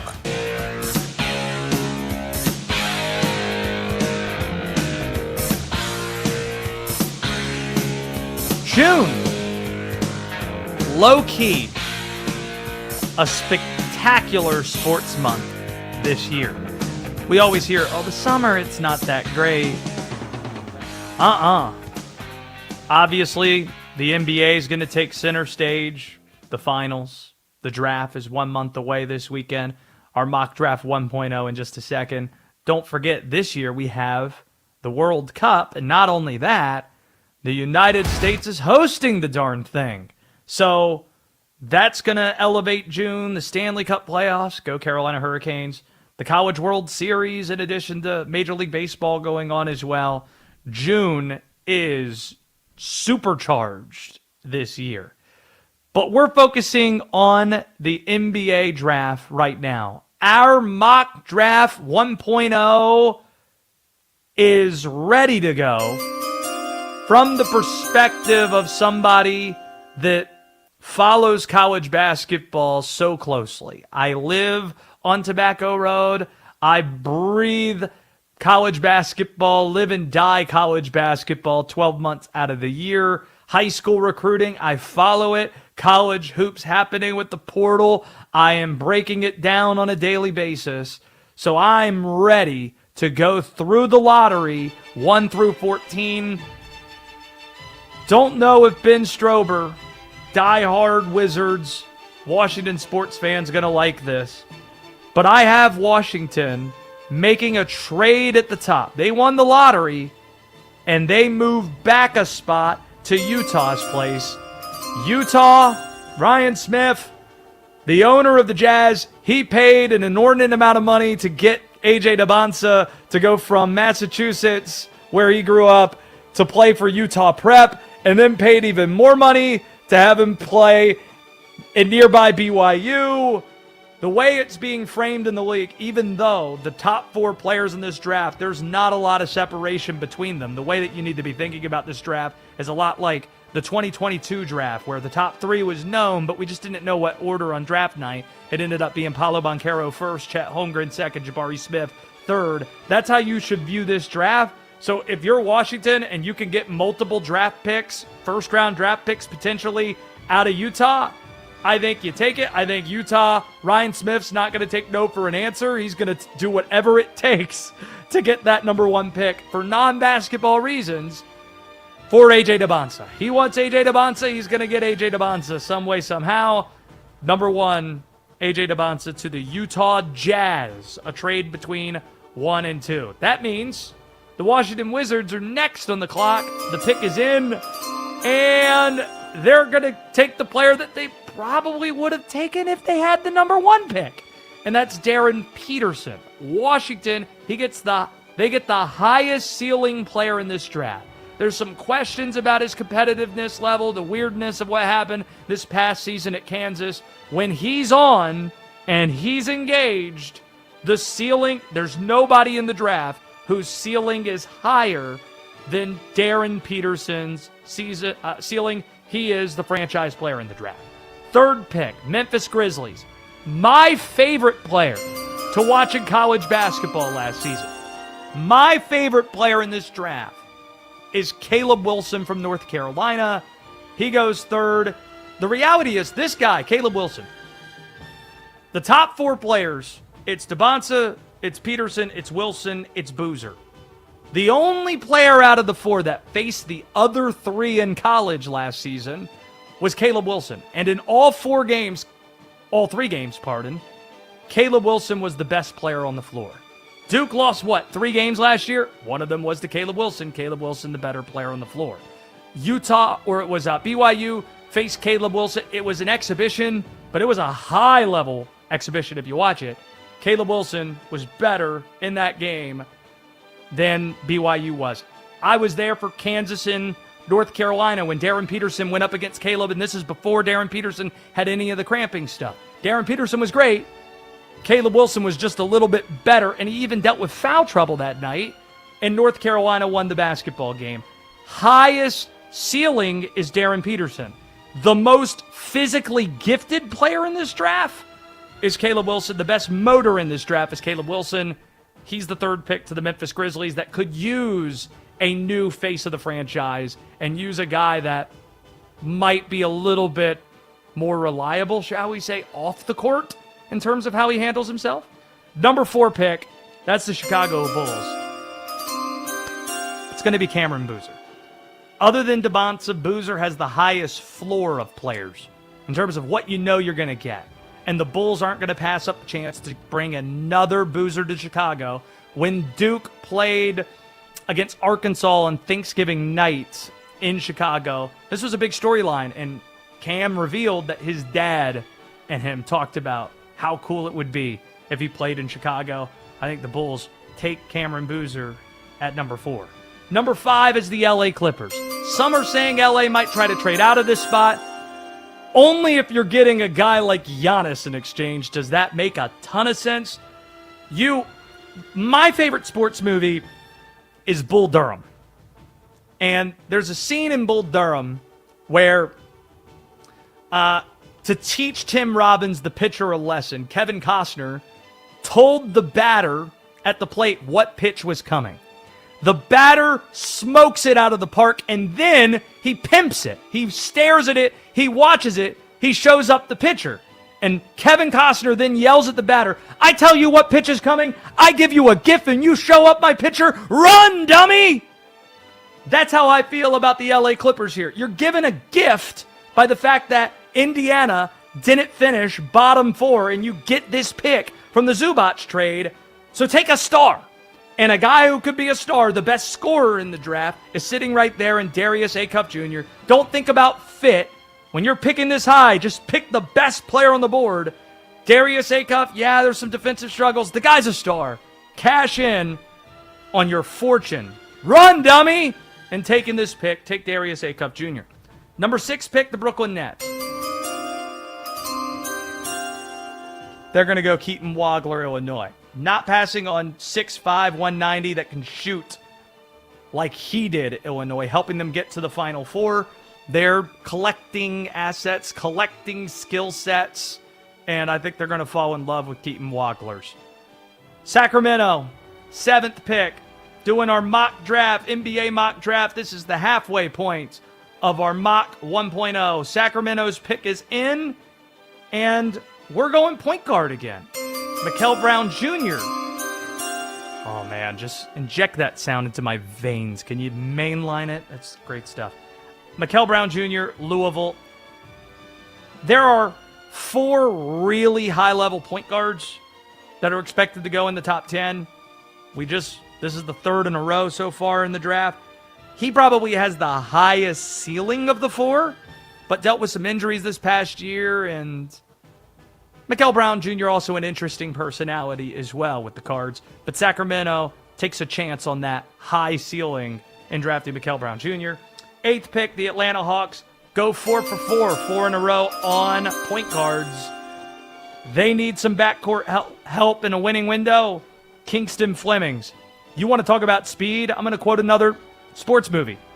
The Longest Yard remake with Adam Sandler, where I think it was The Caretaker talking about Nelly's character and how fast he is. He's so fast. He makes other people who are fast not seem fast. That's Kingston Flemings for you. And Houston had a whale of a season as well. He goes number 8 to the Atlanta Hawks. The Dallas Mavericks are picking at number 9. And this is a best-case scenario for them. Race the pick to the podium. Braden Burry's Arizona, the pick. The Mavs need shooting. They also want another franchise building block, so somebody with great traits, high upside, one of these great freshmen. And Braden Burry's brings all those elements. He, you could make a case, was the best player, even though Jaden Bradley won the Big 12 Player of the Year for a Final Four team with the Wildcats. Braden Burry's, his length is going to be a tremendous prospect, a tremendous pro, and getting him at 9 to go along with Cooper Flagg and Derek Lively and Kyrie Irving. That's a really fun possibility. Another trade at number 10. The Milwaukee Bucks are playing for the future. They're trying to get as many throws at the dartboard as you can get. The Charlotte Hornets, really close to making it to the playoffs for the first time in a decade this year. I think Charlotte trades picks 14 and 18 in this year's draft to get number 10 from the Milwaukee Bucks in order to get the big man they have their eye on, A.D. Mara from Michigan. 7'3", listed at Michigan, 7'3" as well in his listing. That is, he's a perfect player for this Charlotte Hornets team and a guy who's ready to go. That's exactly what the Charlotte Hornets need. Somebody who can contribute for them right away. And the same could be said for what these next two teams are looking for. The number 11 pick belongs to the Golden State Warriors. Take the best player from the national championship winning Wolverines, Yaxel Lindenborg. Golden State sees itself still in a window to take some swings. As long as Steve Kerr's there, as long as Steph Curry's there, we'll see whether or not they're in the Giannis sweepstakes. Let's see whether or not they're in the LeBron sweepstakes.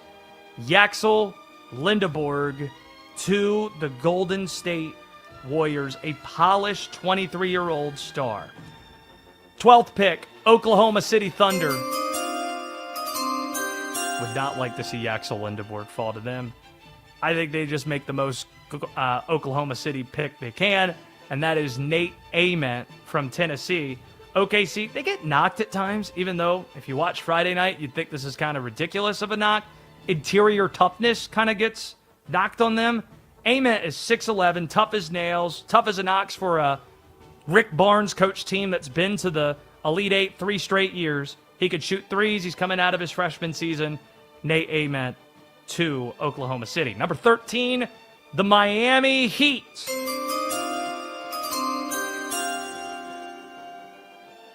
LeBaron Philon's the pick.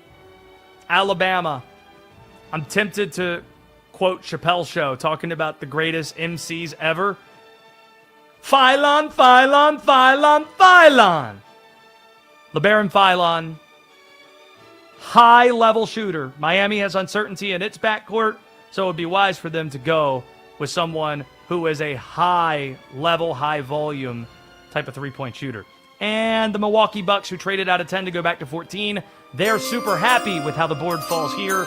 They have picks 14 and 18, and I think first up they take another one of those Michigan champions, Moretz Johnson. Retz Johnson, huge winner from the Combine. He measured well, he shot it well from the Combine. First of multiple building blocks for the Milwaukee Bucks in the post-Giannis era. So there you have it. NBA Mock Draft 1.0. As a Wizards fan, Ben Strober, in the city, in the district, how would you feel if the board fell this way? Well, I'll stop you with your first choice because the Wizards are not trading out of the first overall pick. It's not happening. Why? It is not. I would be mad. Would you be mad? Would you be mad? I would be upset if I were a Wizards fan and they took Darren Peterson number 1 because you know what Utah wants. I'd be upset with management if they didn't move back to 2 and Peterson's the pick. If you took DeBonsa, then okay, fine, we understand why that is. But if you take Peterson, everybody on God's green earth knows that Utah wants DeBonsa. So, I'm with you if they're so convicted in DeBonsa that they pick at 1. But I think it's so close. I would think it's the best case scenario to get multiple draft picks, perhaps, given how crazy Utah wants AJ DeBonsa, and you let them get their guy and just take the best ceiling player in the draft. Doing a deal with Danny Ainge is doing a deal with the devil. You understand that, right? But what if it's not Danny Ainge? I mean, Danny Ainge works for Kevin Smith. He works for him. This might be an owner. It could be a situation, if it comes down to Danny Ainge saying that's too much, but then the owner of the Jazz says, we'll do it anyway. Well, then Danny Ainge has to do it. That's how this works. We have like conflicting polls here, if you will, because both these teams, Washington and Utah, have had ownership take a more hands-off approach over the last couple of years. Ryan Smith, by the way. I said Kevin in. Smith. Ryan Smith is who I'm talking about. Kevin Smith is the guy who made all those funny movies. But hear me out. So both these teams have had the ownership be much more hands-off than in past years. The Wizards have only won 50 games over the last 3 seasons to finally get the first overall pick. Michael Winger and Will Dawkins made it clear, saying, you realize this could take 3 to 4, maybe even 5 years, and you're going to have a lot of people that are frustrated because you're going to lose a lot. And Ted Leonsis is somebody who was never really open to the idea of tanking and rebuilding. Let them go through with this. Now that they have the first overall pick, this is where I could see him kind of step in and say, all right, we got the first overall pick. AJ is the most marketable guy. He's a surefire star player in this league going forward. Just take AJ. Let's not look back right now. Let's not get too cute. We lost so many games over the last 3 years. You have the power of choice right now to take who you think is the best available player. And if the Wizards front office thinks AJ is their guy, which I'd say it's about 50-50 right now. Everybody that I've talked to thinks it's about 50-50 between Peterson and DeBonsa. I know it's smokescreen season, so it's very hard to say where teams are really Every feeling college at this coach point in I've time. talked to thinks that it's a top 3, maybe 4. So, and those are, so I'm saying it's close. And what I'm saying is if it's close to 50-50, if one side also comes with multiple draft picks, that might sway it to 51-49, 52-48 in the other category. Sure. I agree with you if you are that convicted on DeBonsa, right? I can't imagine that an organization other than Utah is that convicted on DeBonsa being number 1. Thus, if you get a haul back, because going back, you know the last time there was a pick at number 1, right? Or a trade at number 1. You remember the last time that happened? Yeah, it wasn't very good for the team that traded to get the first pick. Actually, it was. Or no, wait. The team that picked number 1, it wasn't very good. But it was very good for the team that traded back. So, like, this is true. It was the one that traded Boston back? Trading back from 1 to 3. I know it was Danny Ainge. But what I'm saying is, I think this is more to do with ownership than it is to do with Danny Ainge. That's what I believe. Maybe. So I would be most happy for you. I want to see your flourishment and fulfillment, and the same thing for Denton, and the same thing for Linnell. To me, I think I just described the best case scenario for the Washington Wizards. To me. You're not wrong. Like, that would be a very ideal thing where if Peterson were their guy and they could move back a spot and get him and get multiple assets in return, that would obviously be ideal. But that's why they're doing their due diligence right now. And they said right away, yeah, we're going to be open to call us up if you have an offer that makes sense. Will there actually be an offer that makes sense? I don't buy it right now. That's where I stand with it. Sure. Because there might be, if you're Utah, there might be will they just take Darren Peterson anyway, and thus we don't have to give up all those picks. That's the fun of the draft, and I love it. And we're less than a month away from draft night. Can I hear the chimes just one more time to hold me? Oh, my God. It's so great. It's magical. Here's our question of the day.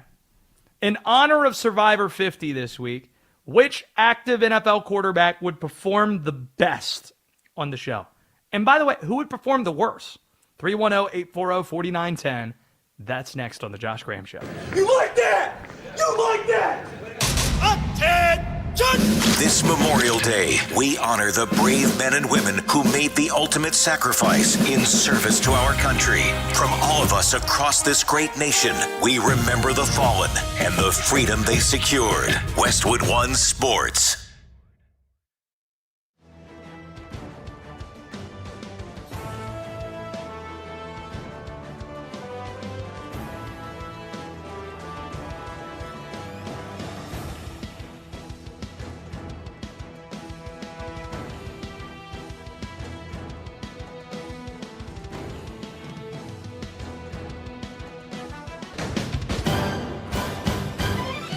At the tone, the broadcast will begin in 4 minutes, 30 seconds.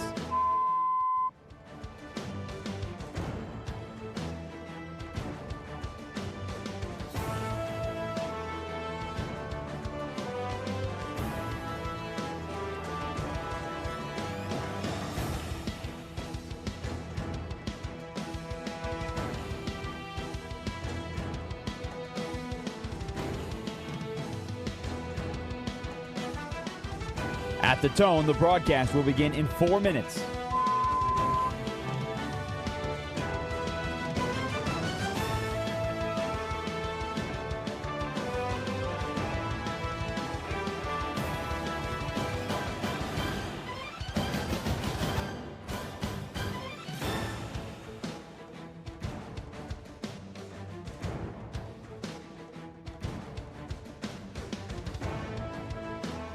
At the tone, the broadcast will begin in 3 minutes and 30 seconds.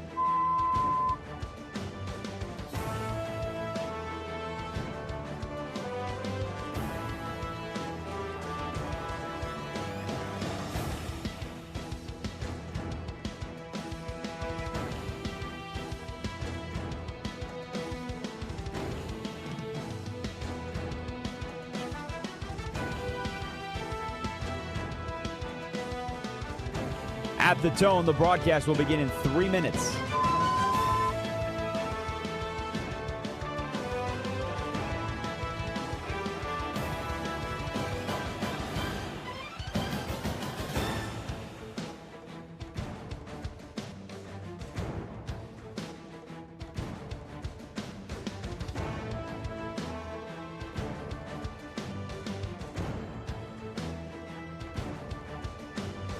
At the tone, the broadcast will begin in 2 minutes, 30 seconds.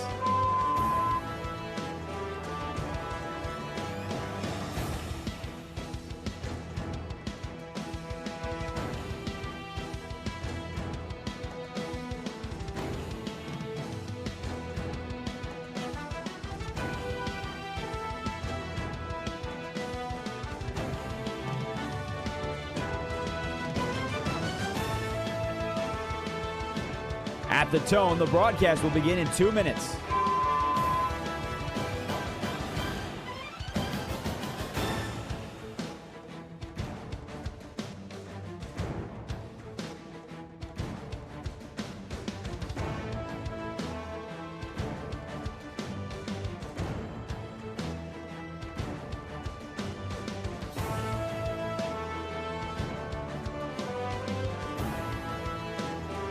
At the tone, the broadcast will begin in 1 minute, 30 seconds.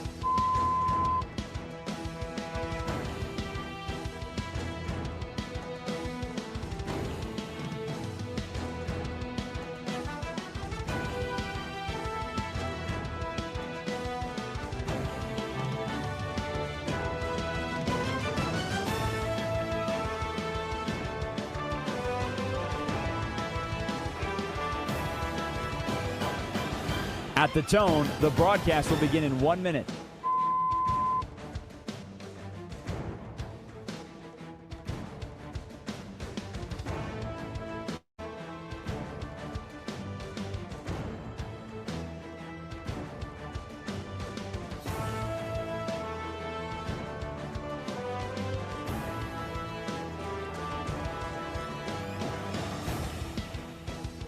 Stations, this is your final time check. At the tone, the broadcast will begin in 30 seconds.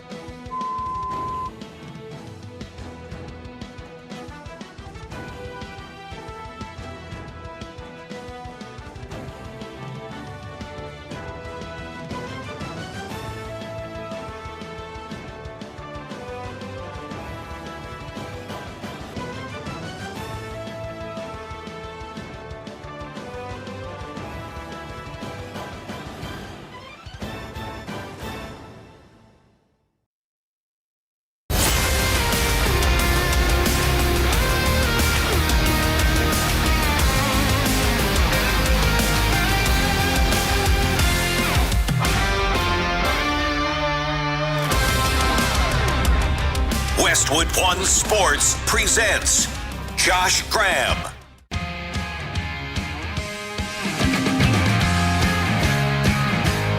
Our question of the show today, in honor of Survivor 50, the finale a few days ago, which starting quarterback in the NFL would perform best on the show? Which starting quarterback would perform worse? Your last chance to get in, 310-840-4910, if you want in on the program. Starting on the positive end of the ledger, 4 QBs stand out to be great contenders on a show such as that. The obvious name that you think of first is Aaron Rodgers, known for going on off-season darkness retreats. That means he's probably well-suited for the environment or the environment of the show, maybe some of the challenges. Here. Just for everybody out there in Packerland and yourself today. RELAX. Aaron Rodgers, he would be well suited for the challenges of the show. The problem is, maybe this is a problem or it's an advantage, depending on how you look at it. He's 42 years old. So does that mean he's going to be really good? Because he's the prime demo for Survivor on TV? Or does his age provide some limitations that might work against him? Another consideration is Titans quarterback Cam Ward. Country boy from Texas, loves to fish. That could be helpful in acquiring some food on the show. He is not really accustomed to a bougie lifestyle. 0-star recruit. Started outside of FBS in college football. Climbed to Washington State, not exactly the most luxurious place. Then goes to Miami and is the number 1 pick of the draft. A dark horse contender is Kirk Cousins, because he almost certainly watches Survivor. Ben Strober, how confident are you without knowing? You just kind of have to guess, but in a way you know. Are you that Kirk Cousins watches Survivor? It seems pretty likely. It just seems like something that he would do with his family. You know, he's a big family man. They detailed that in Quarterback. It seems like a show that would best suit what all of them can watch at one time appropriately. And he can endear himself to people like a very well-liked person. He probably understands the intricacies of the show, the strategies, and like when to pass on certain challenges, how to preserve food, avoiding normal show pitfalls. I think Kirk Cousins is a strong candidate here. But the first overall draft choice for Survivor contenders among the quarterbacks that start in the NFL has to be Josh Allen. Like Cam Ward, also loves to be outdoors, loves to fish. You're not concerned about the colder climates with him. Laramie in Wyoming, the Buffalo Bills, obviously. You know, Buffalo gets its fair share of weather. The weather outside is weather. And he even lives with a sinner's vampire, his wife, Haley Steinfeld. So I don't know how that helps, but maybe it counts for something. Nick Wilson brought up an interesting name, 92.3, the fan from Cleveland. He dropped by last hour for a visit. How do you feel about Baker Mayfield, how he would do on Survivor? You said Baker, right? Yeah. I think he'd be good. I think he'd be awesome on Survivor. Better than all the others? He's the definition of a gamer. You know who he reminds me of, but he's way better at football, but this guy might be better on Survivor than he was at football, is Washington football team legend Taylor Heineke, who actually retired like 2 weeks ago. Oh, yeah. Taylor did retire. ODU legend. Carolina Panthers legend. My favorite, all my interactions with Heineke were some version of this. I'd sometimes just want to talk to Taylor, and when I'd walk over and he's like, "Are we going to record this?" And most times I'd say no, and we just talk college football. But then on the off chance I would say yes, he'd go, is there going to be video? And sometimes there was video. Most times the answer was no. And when the answer was no, he'd get some Red Man out and just throw in a lip. Big old lip. Taylor Heineke. So yeah, I could see that. The baller element and also yeah, Baker Mayfield was in Charlotte as well. So I saw some of the comps that you made there, personality wise. This segment is sponsored by Progressive Commercial Insurance. They protect small businesses with affordable coverage options. Get a quote today at progressivecommercial.com. Last call for phone calls, 310-840-4910 if you want in on today's program. In terms of who performs poorly on Survivor, I still think Bryce Young's the correct answer. Too small, too nice, LA kid. Joe Burrow, I don't think he fares well. You might have to replace him with somebody injury-wise, also just too pretty. Caleb Williams. Did you say he was from a private school in D.C.? I didn't know that. Yeah, Gonzaga High School. Okay, so private school in D.C. Feels like we're ripping on him the way that Eminem ripped on Papa Doc at the end of 8 Mile. Caleb Williams has real good parents with a real good marriage. Makes you question how, and then you get into the fingernails bit, the full-out weeping on the sideline at USC. It just doesn't seem like he'd have a good time on the island. But going back to what our guy Nick Wilson suggested, Kyler Murray and Shedeur Sanders deserve to be mentioned in this debate. I think we maybe have gotten it all wrong with Bryce. That Kyler Murray might be, if you want to go small guy, go with the small guy who's a diva that plays way too many video games. Go with that guy over going with Bryce Young.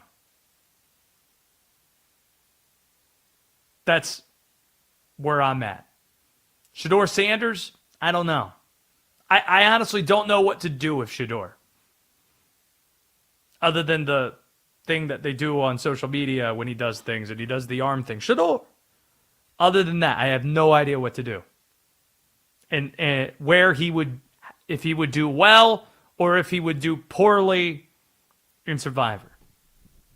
So I think Nick probably had the best submission in saying that Kyler Murray would do very poorly on the show. My name's Josh Graham. That's Ben Strober. We've got Art taking your phone calls at 310-840-4910. For all the talk about professional sports throughout the show, we have the conference finals that are going on in both the NBA and the NHL. Shout out to the Carolina Hurricanes, who figured out a way against Montreal to even up that series. What a huge, huge game there is tonight. This game tonight, I'll go as far to say is going to decide the series between Colorado and Vegas. Colorado lost the first 2 games at home. Colorado, if they get going, they're a wagon. 8-1 to start the postseason. Best team in the regular season. Probably the best team in hockey. The President's Trophy winners. Superstars all over the ice. Nate McKinnon and Marty Necas. But this is a home game for Vegas. And they have a crazy atmosphere, a crazy environment. If you figure out a way to win this series tonight and you're up 3-0, you're going to win the series if you're Vegas. John Tortorella's group. If Colorado makes it 2-1, watch out. They could come all the way back. So that's compelling. So for all the talk about professional sports, where you have that, and you have the NBA, 3-0, the Knicks lead, and the main event tonight, San Antonio and Oklahoma City, like San Antonio to even up that series tonight. This is a huge weekend in college sports, too. See, the college baseball tournament is going to open up with regionals on Friday. Conference championships are wrapping up today. Congratulations to my alma mater, the East Carolina Pirates, for winning the American Conference Championship 1-0 against UTSA earlier today. The selection show is at noon Eastern, Memorial Day Monday, as it is each year. So that's going to be fun. Memorial Day weekend is championship weekend for college lacrosse. The Final Four taking part. On the women's side, the North Carolina Tar Heels entered today, reigning champs, and had just one loss the entire season. You can make it two. Northwestern takes the women's lax championship 14-11. The men's title is going to be decided on Monday, tomorrow, with Notre Dame facing Princeton. The Irish is looking for its third title in 4 seasons. So in college sports, there's a lot going on with those two things. Not to be forgotten, though, Wednesday is the deadline for basketball players to pull their names out of the NBA draft. We know what the lottery is. We know what the draft order is pretty much up until the final 4 picks. That's getting sorted out. But in terms of the complete field, who's in the draft, who isn't, that's not all ironclad yet. And there are some pretty big names that could be in or could be out. Koa Pete from Arizona throughout his freshman season, who was assumed to be a lottery pick all throughout the year. Terrific player for the Wildcats. Did not have a great combine. Didn't measure well. And many feel he's going to be taken outside the top 20. And given how light next year's draft looks like it is, Jeff Goodman, field of 68, polled 10 NBA executives asking if Koa Pete should stay or should he go. 8 of the NBA execs said he should go back to college.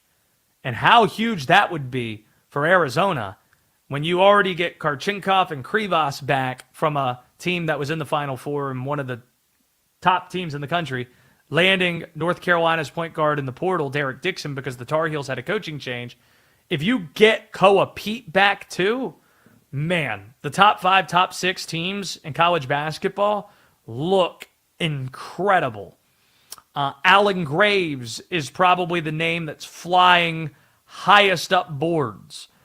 6'9", freshman from Santa Clara, says he's going to test the market, but most people feel, or test the waters by going to the NBA Combine, get some feedback, likely return to school.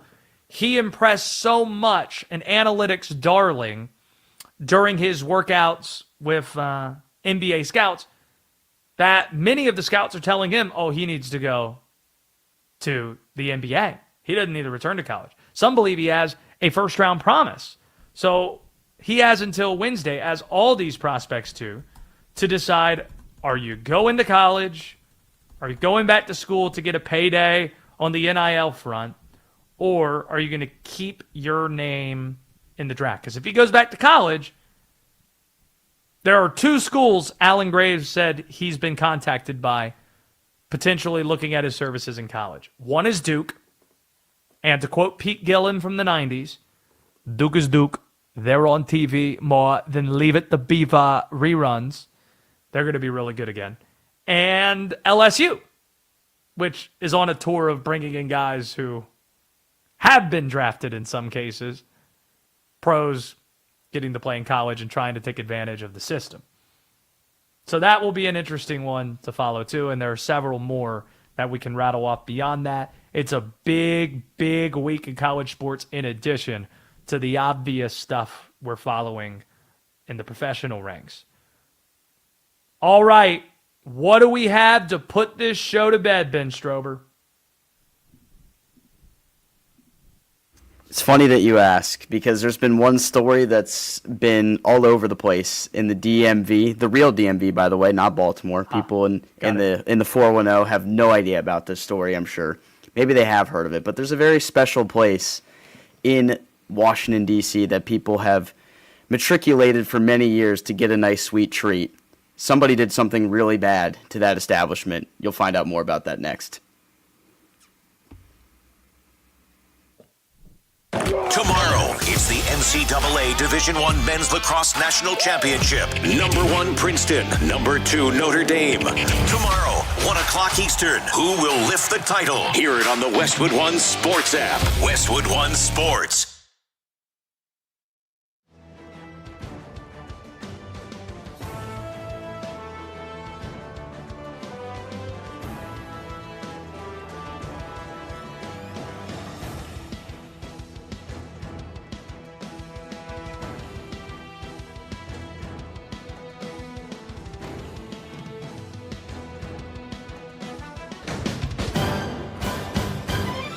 At the tone, the broadcast will begin in 4 minutes, 30 seconds.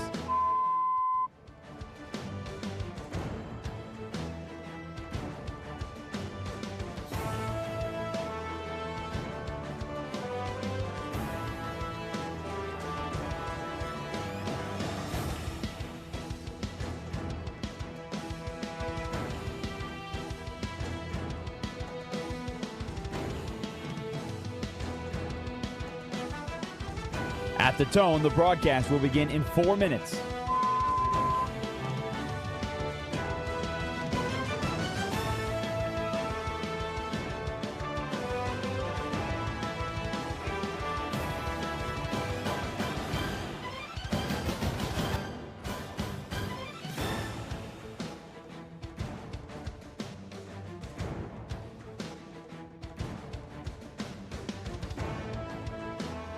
At the tone, the broadcast will be in 3 minutes and 30 seconds.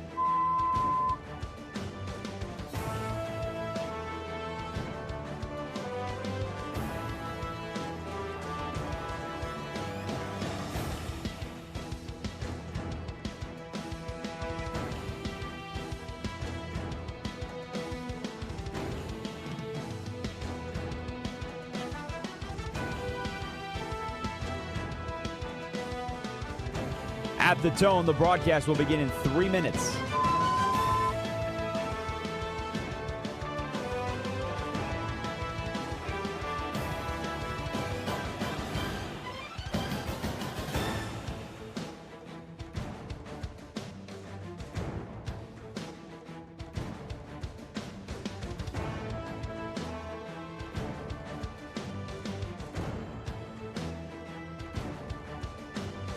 At the tone, the broadcast will begin in 2 minutes, 30 seconds.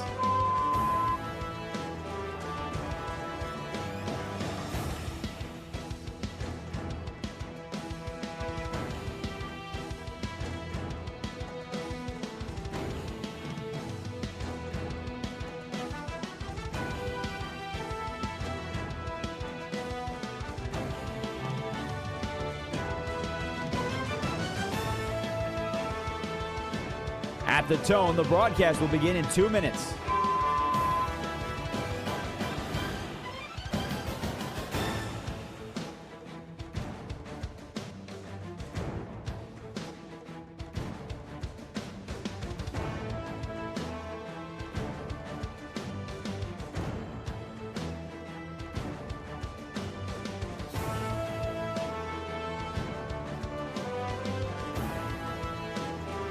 At the tone, the broadcast will begin in 1 minute, 30 seconds.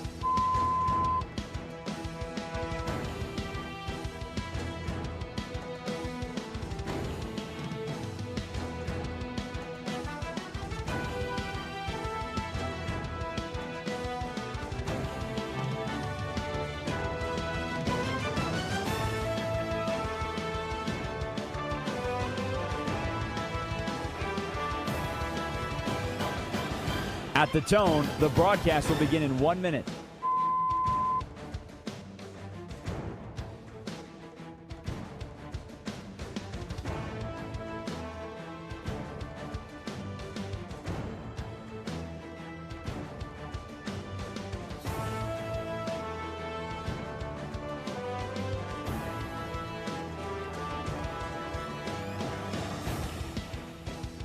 Stations, this is your final time check. At the tone, the broadcast will begin in 30 seconds.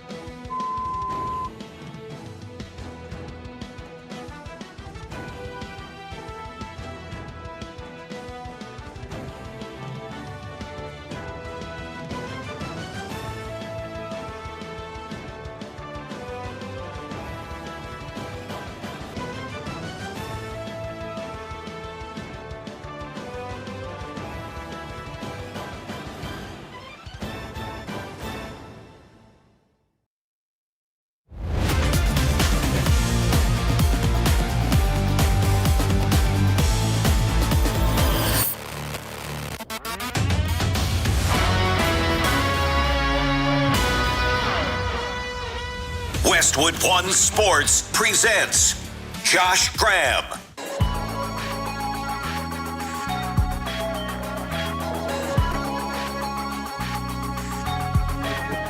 Before we put this show to bed and move things along to the charming, kind, lovely, and talented Wicket, let's get to the calls. 310-840-4910. Sam's in Pittsburgh. So I think we kind of decided, agreeing with Nick Wilson, who joined us, and we appreciate Nick joining us from Cleveland, that Kyler Murray would be the worst on Survivor of the starting quarterbacks in honor of Survivor 50. And then we thought the best would either be Kirk Cousins, Baker Mayfield, maybe Josh Allen. I could hear cases for all of them. Sam, what do you think? Who would be best? Who would be worse?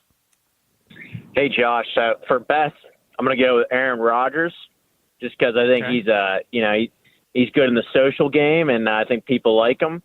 And then also, don't forget, he's dark retreats. He's been out in the wilderness. He might do well in that regard. Maybe some ayahuasca. Yes, he definitely sneaks some of that in. And the worst, I'm going to throw it to Russell Wilson as the worst. He started a couple games for the Giants last year. I think he's just an absolute robot, and I think he would just suck at talking to anyone other than himself. So, excellent submission, Sam. Thank you so much for the call. Unlimited. Have you ever tried the Danger Witch? We can do this for hours. Unfortunately, we don't have hours. I like San Antonio to win tonight.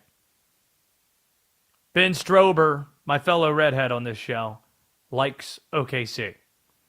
Tonight. Doesn't mean they're going to win the series. San Antonio or OKC in that regard, I guess, too.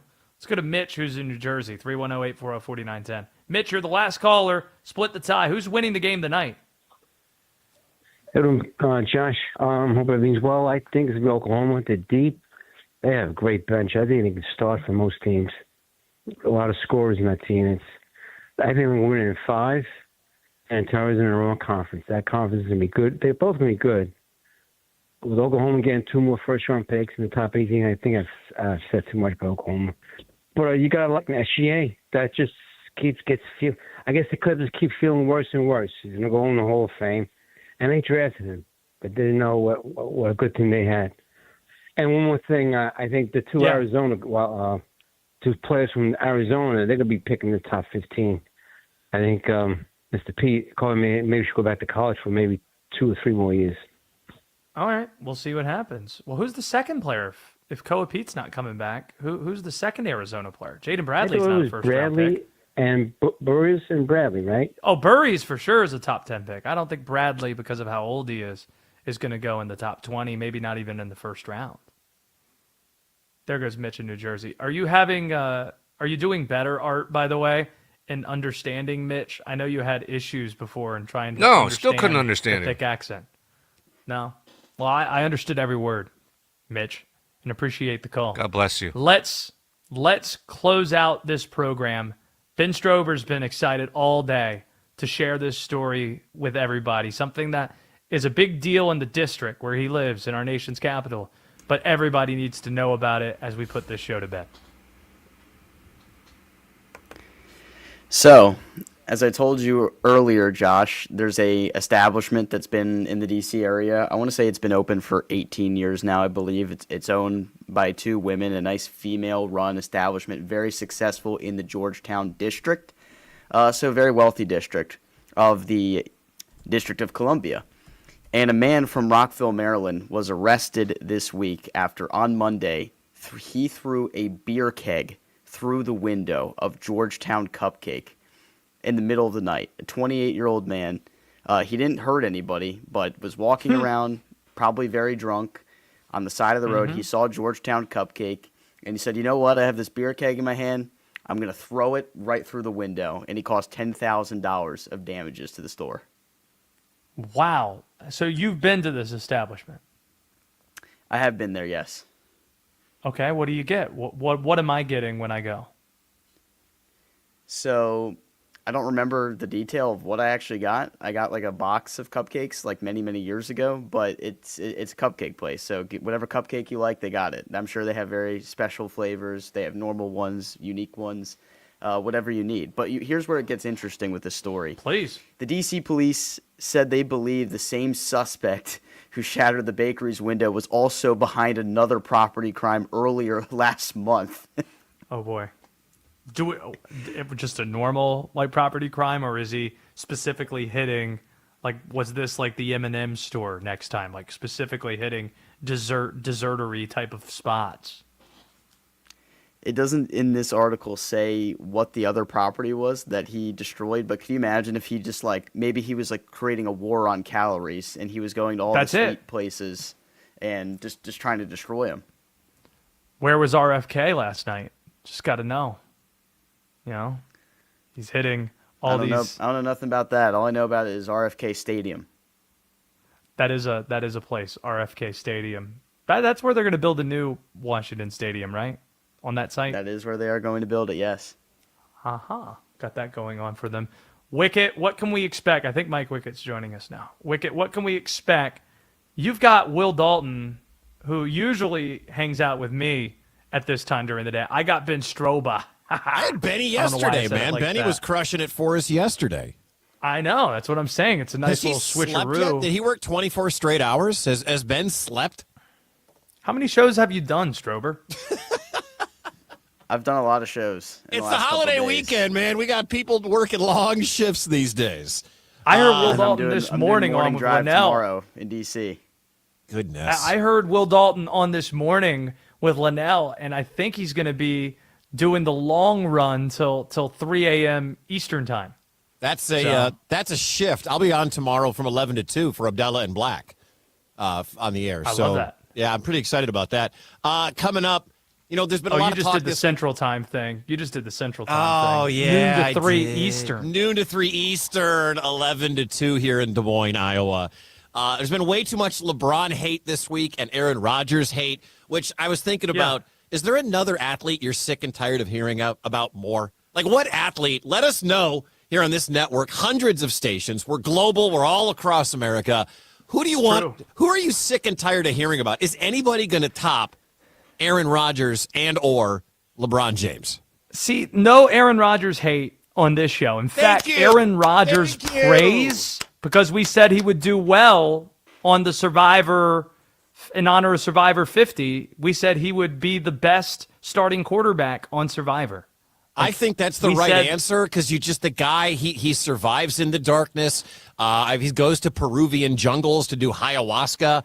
Yes. I think he would be the guy. He does the Pancho Chaka cleanse, where it comes out of both ends, where he doesn't do anything but drink this goo for like 3 days. Like, that guy is not worried about. He's not worried about Ebola if they put him in. Where Ebola's so hot right now.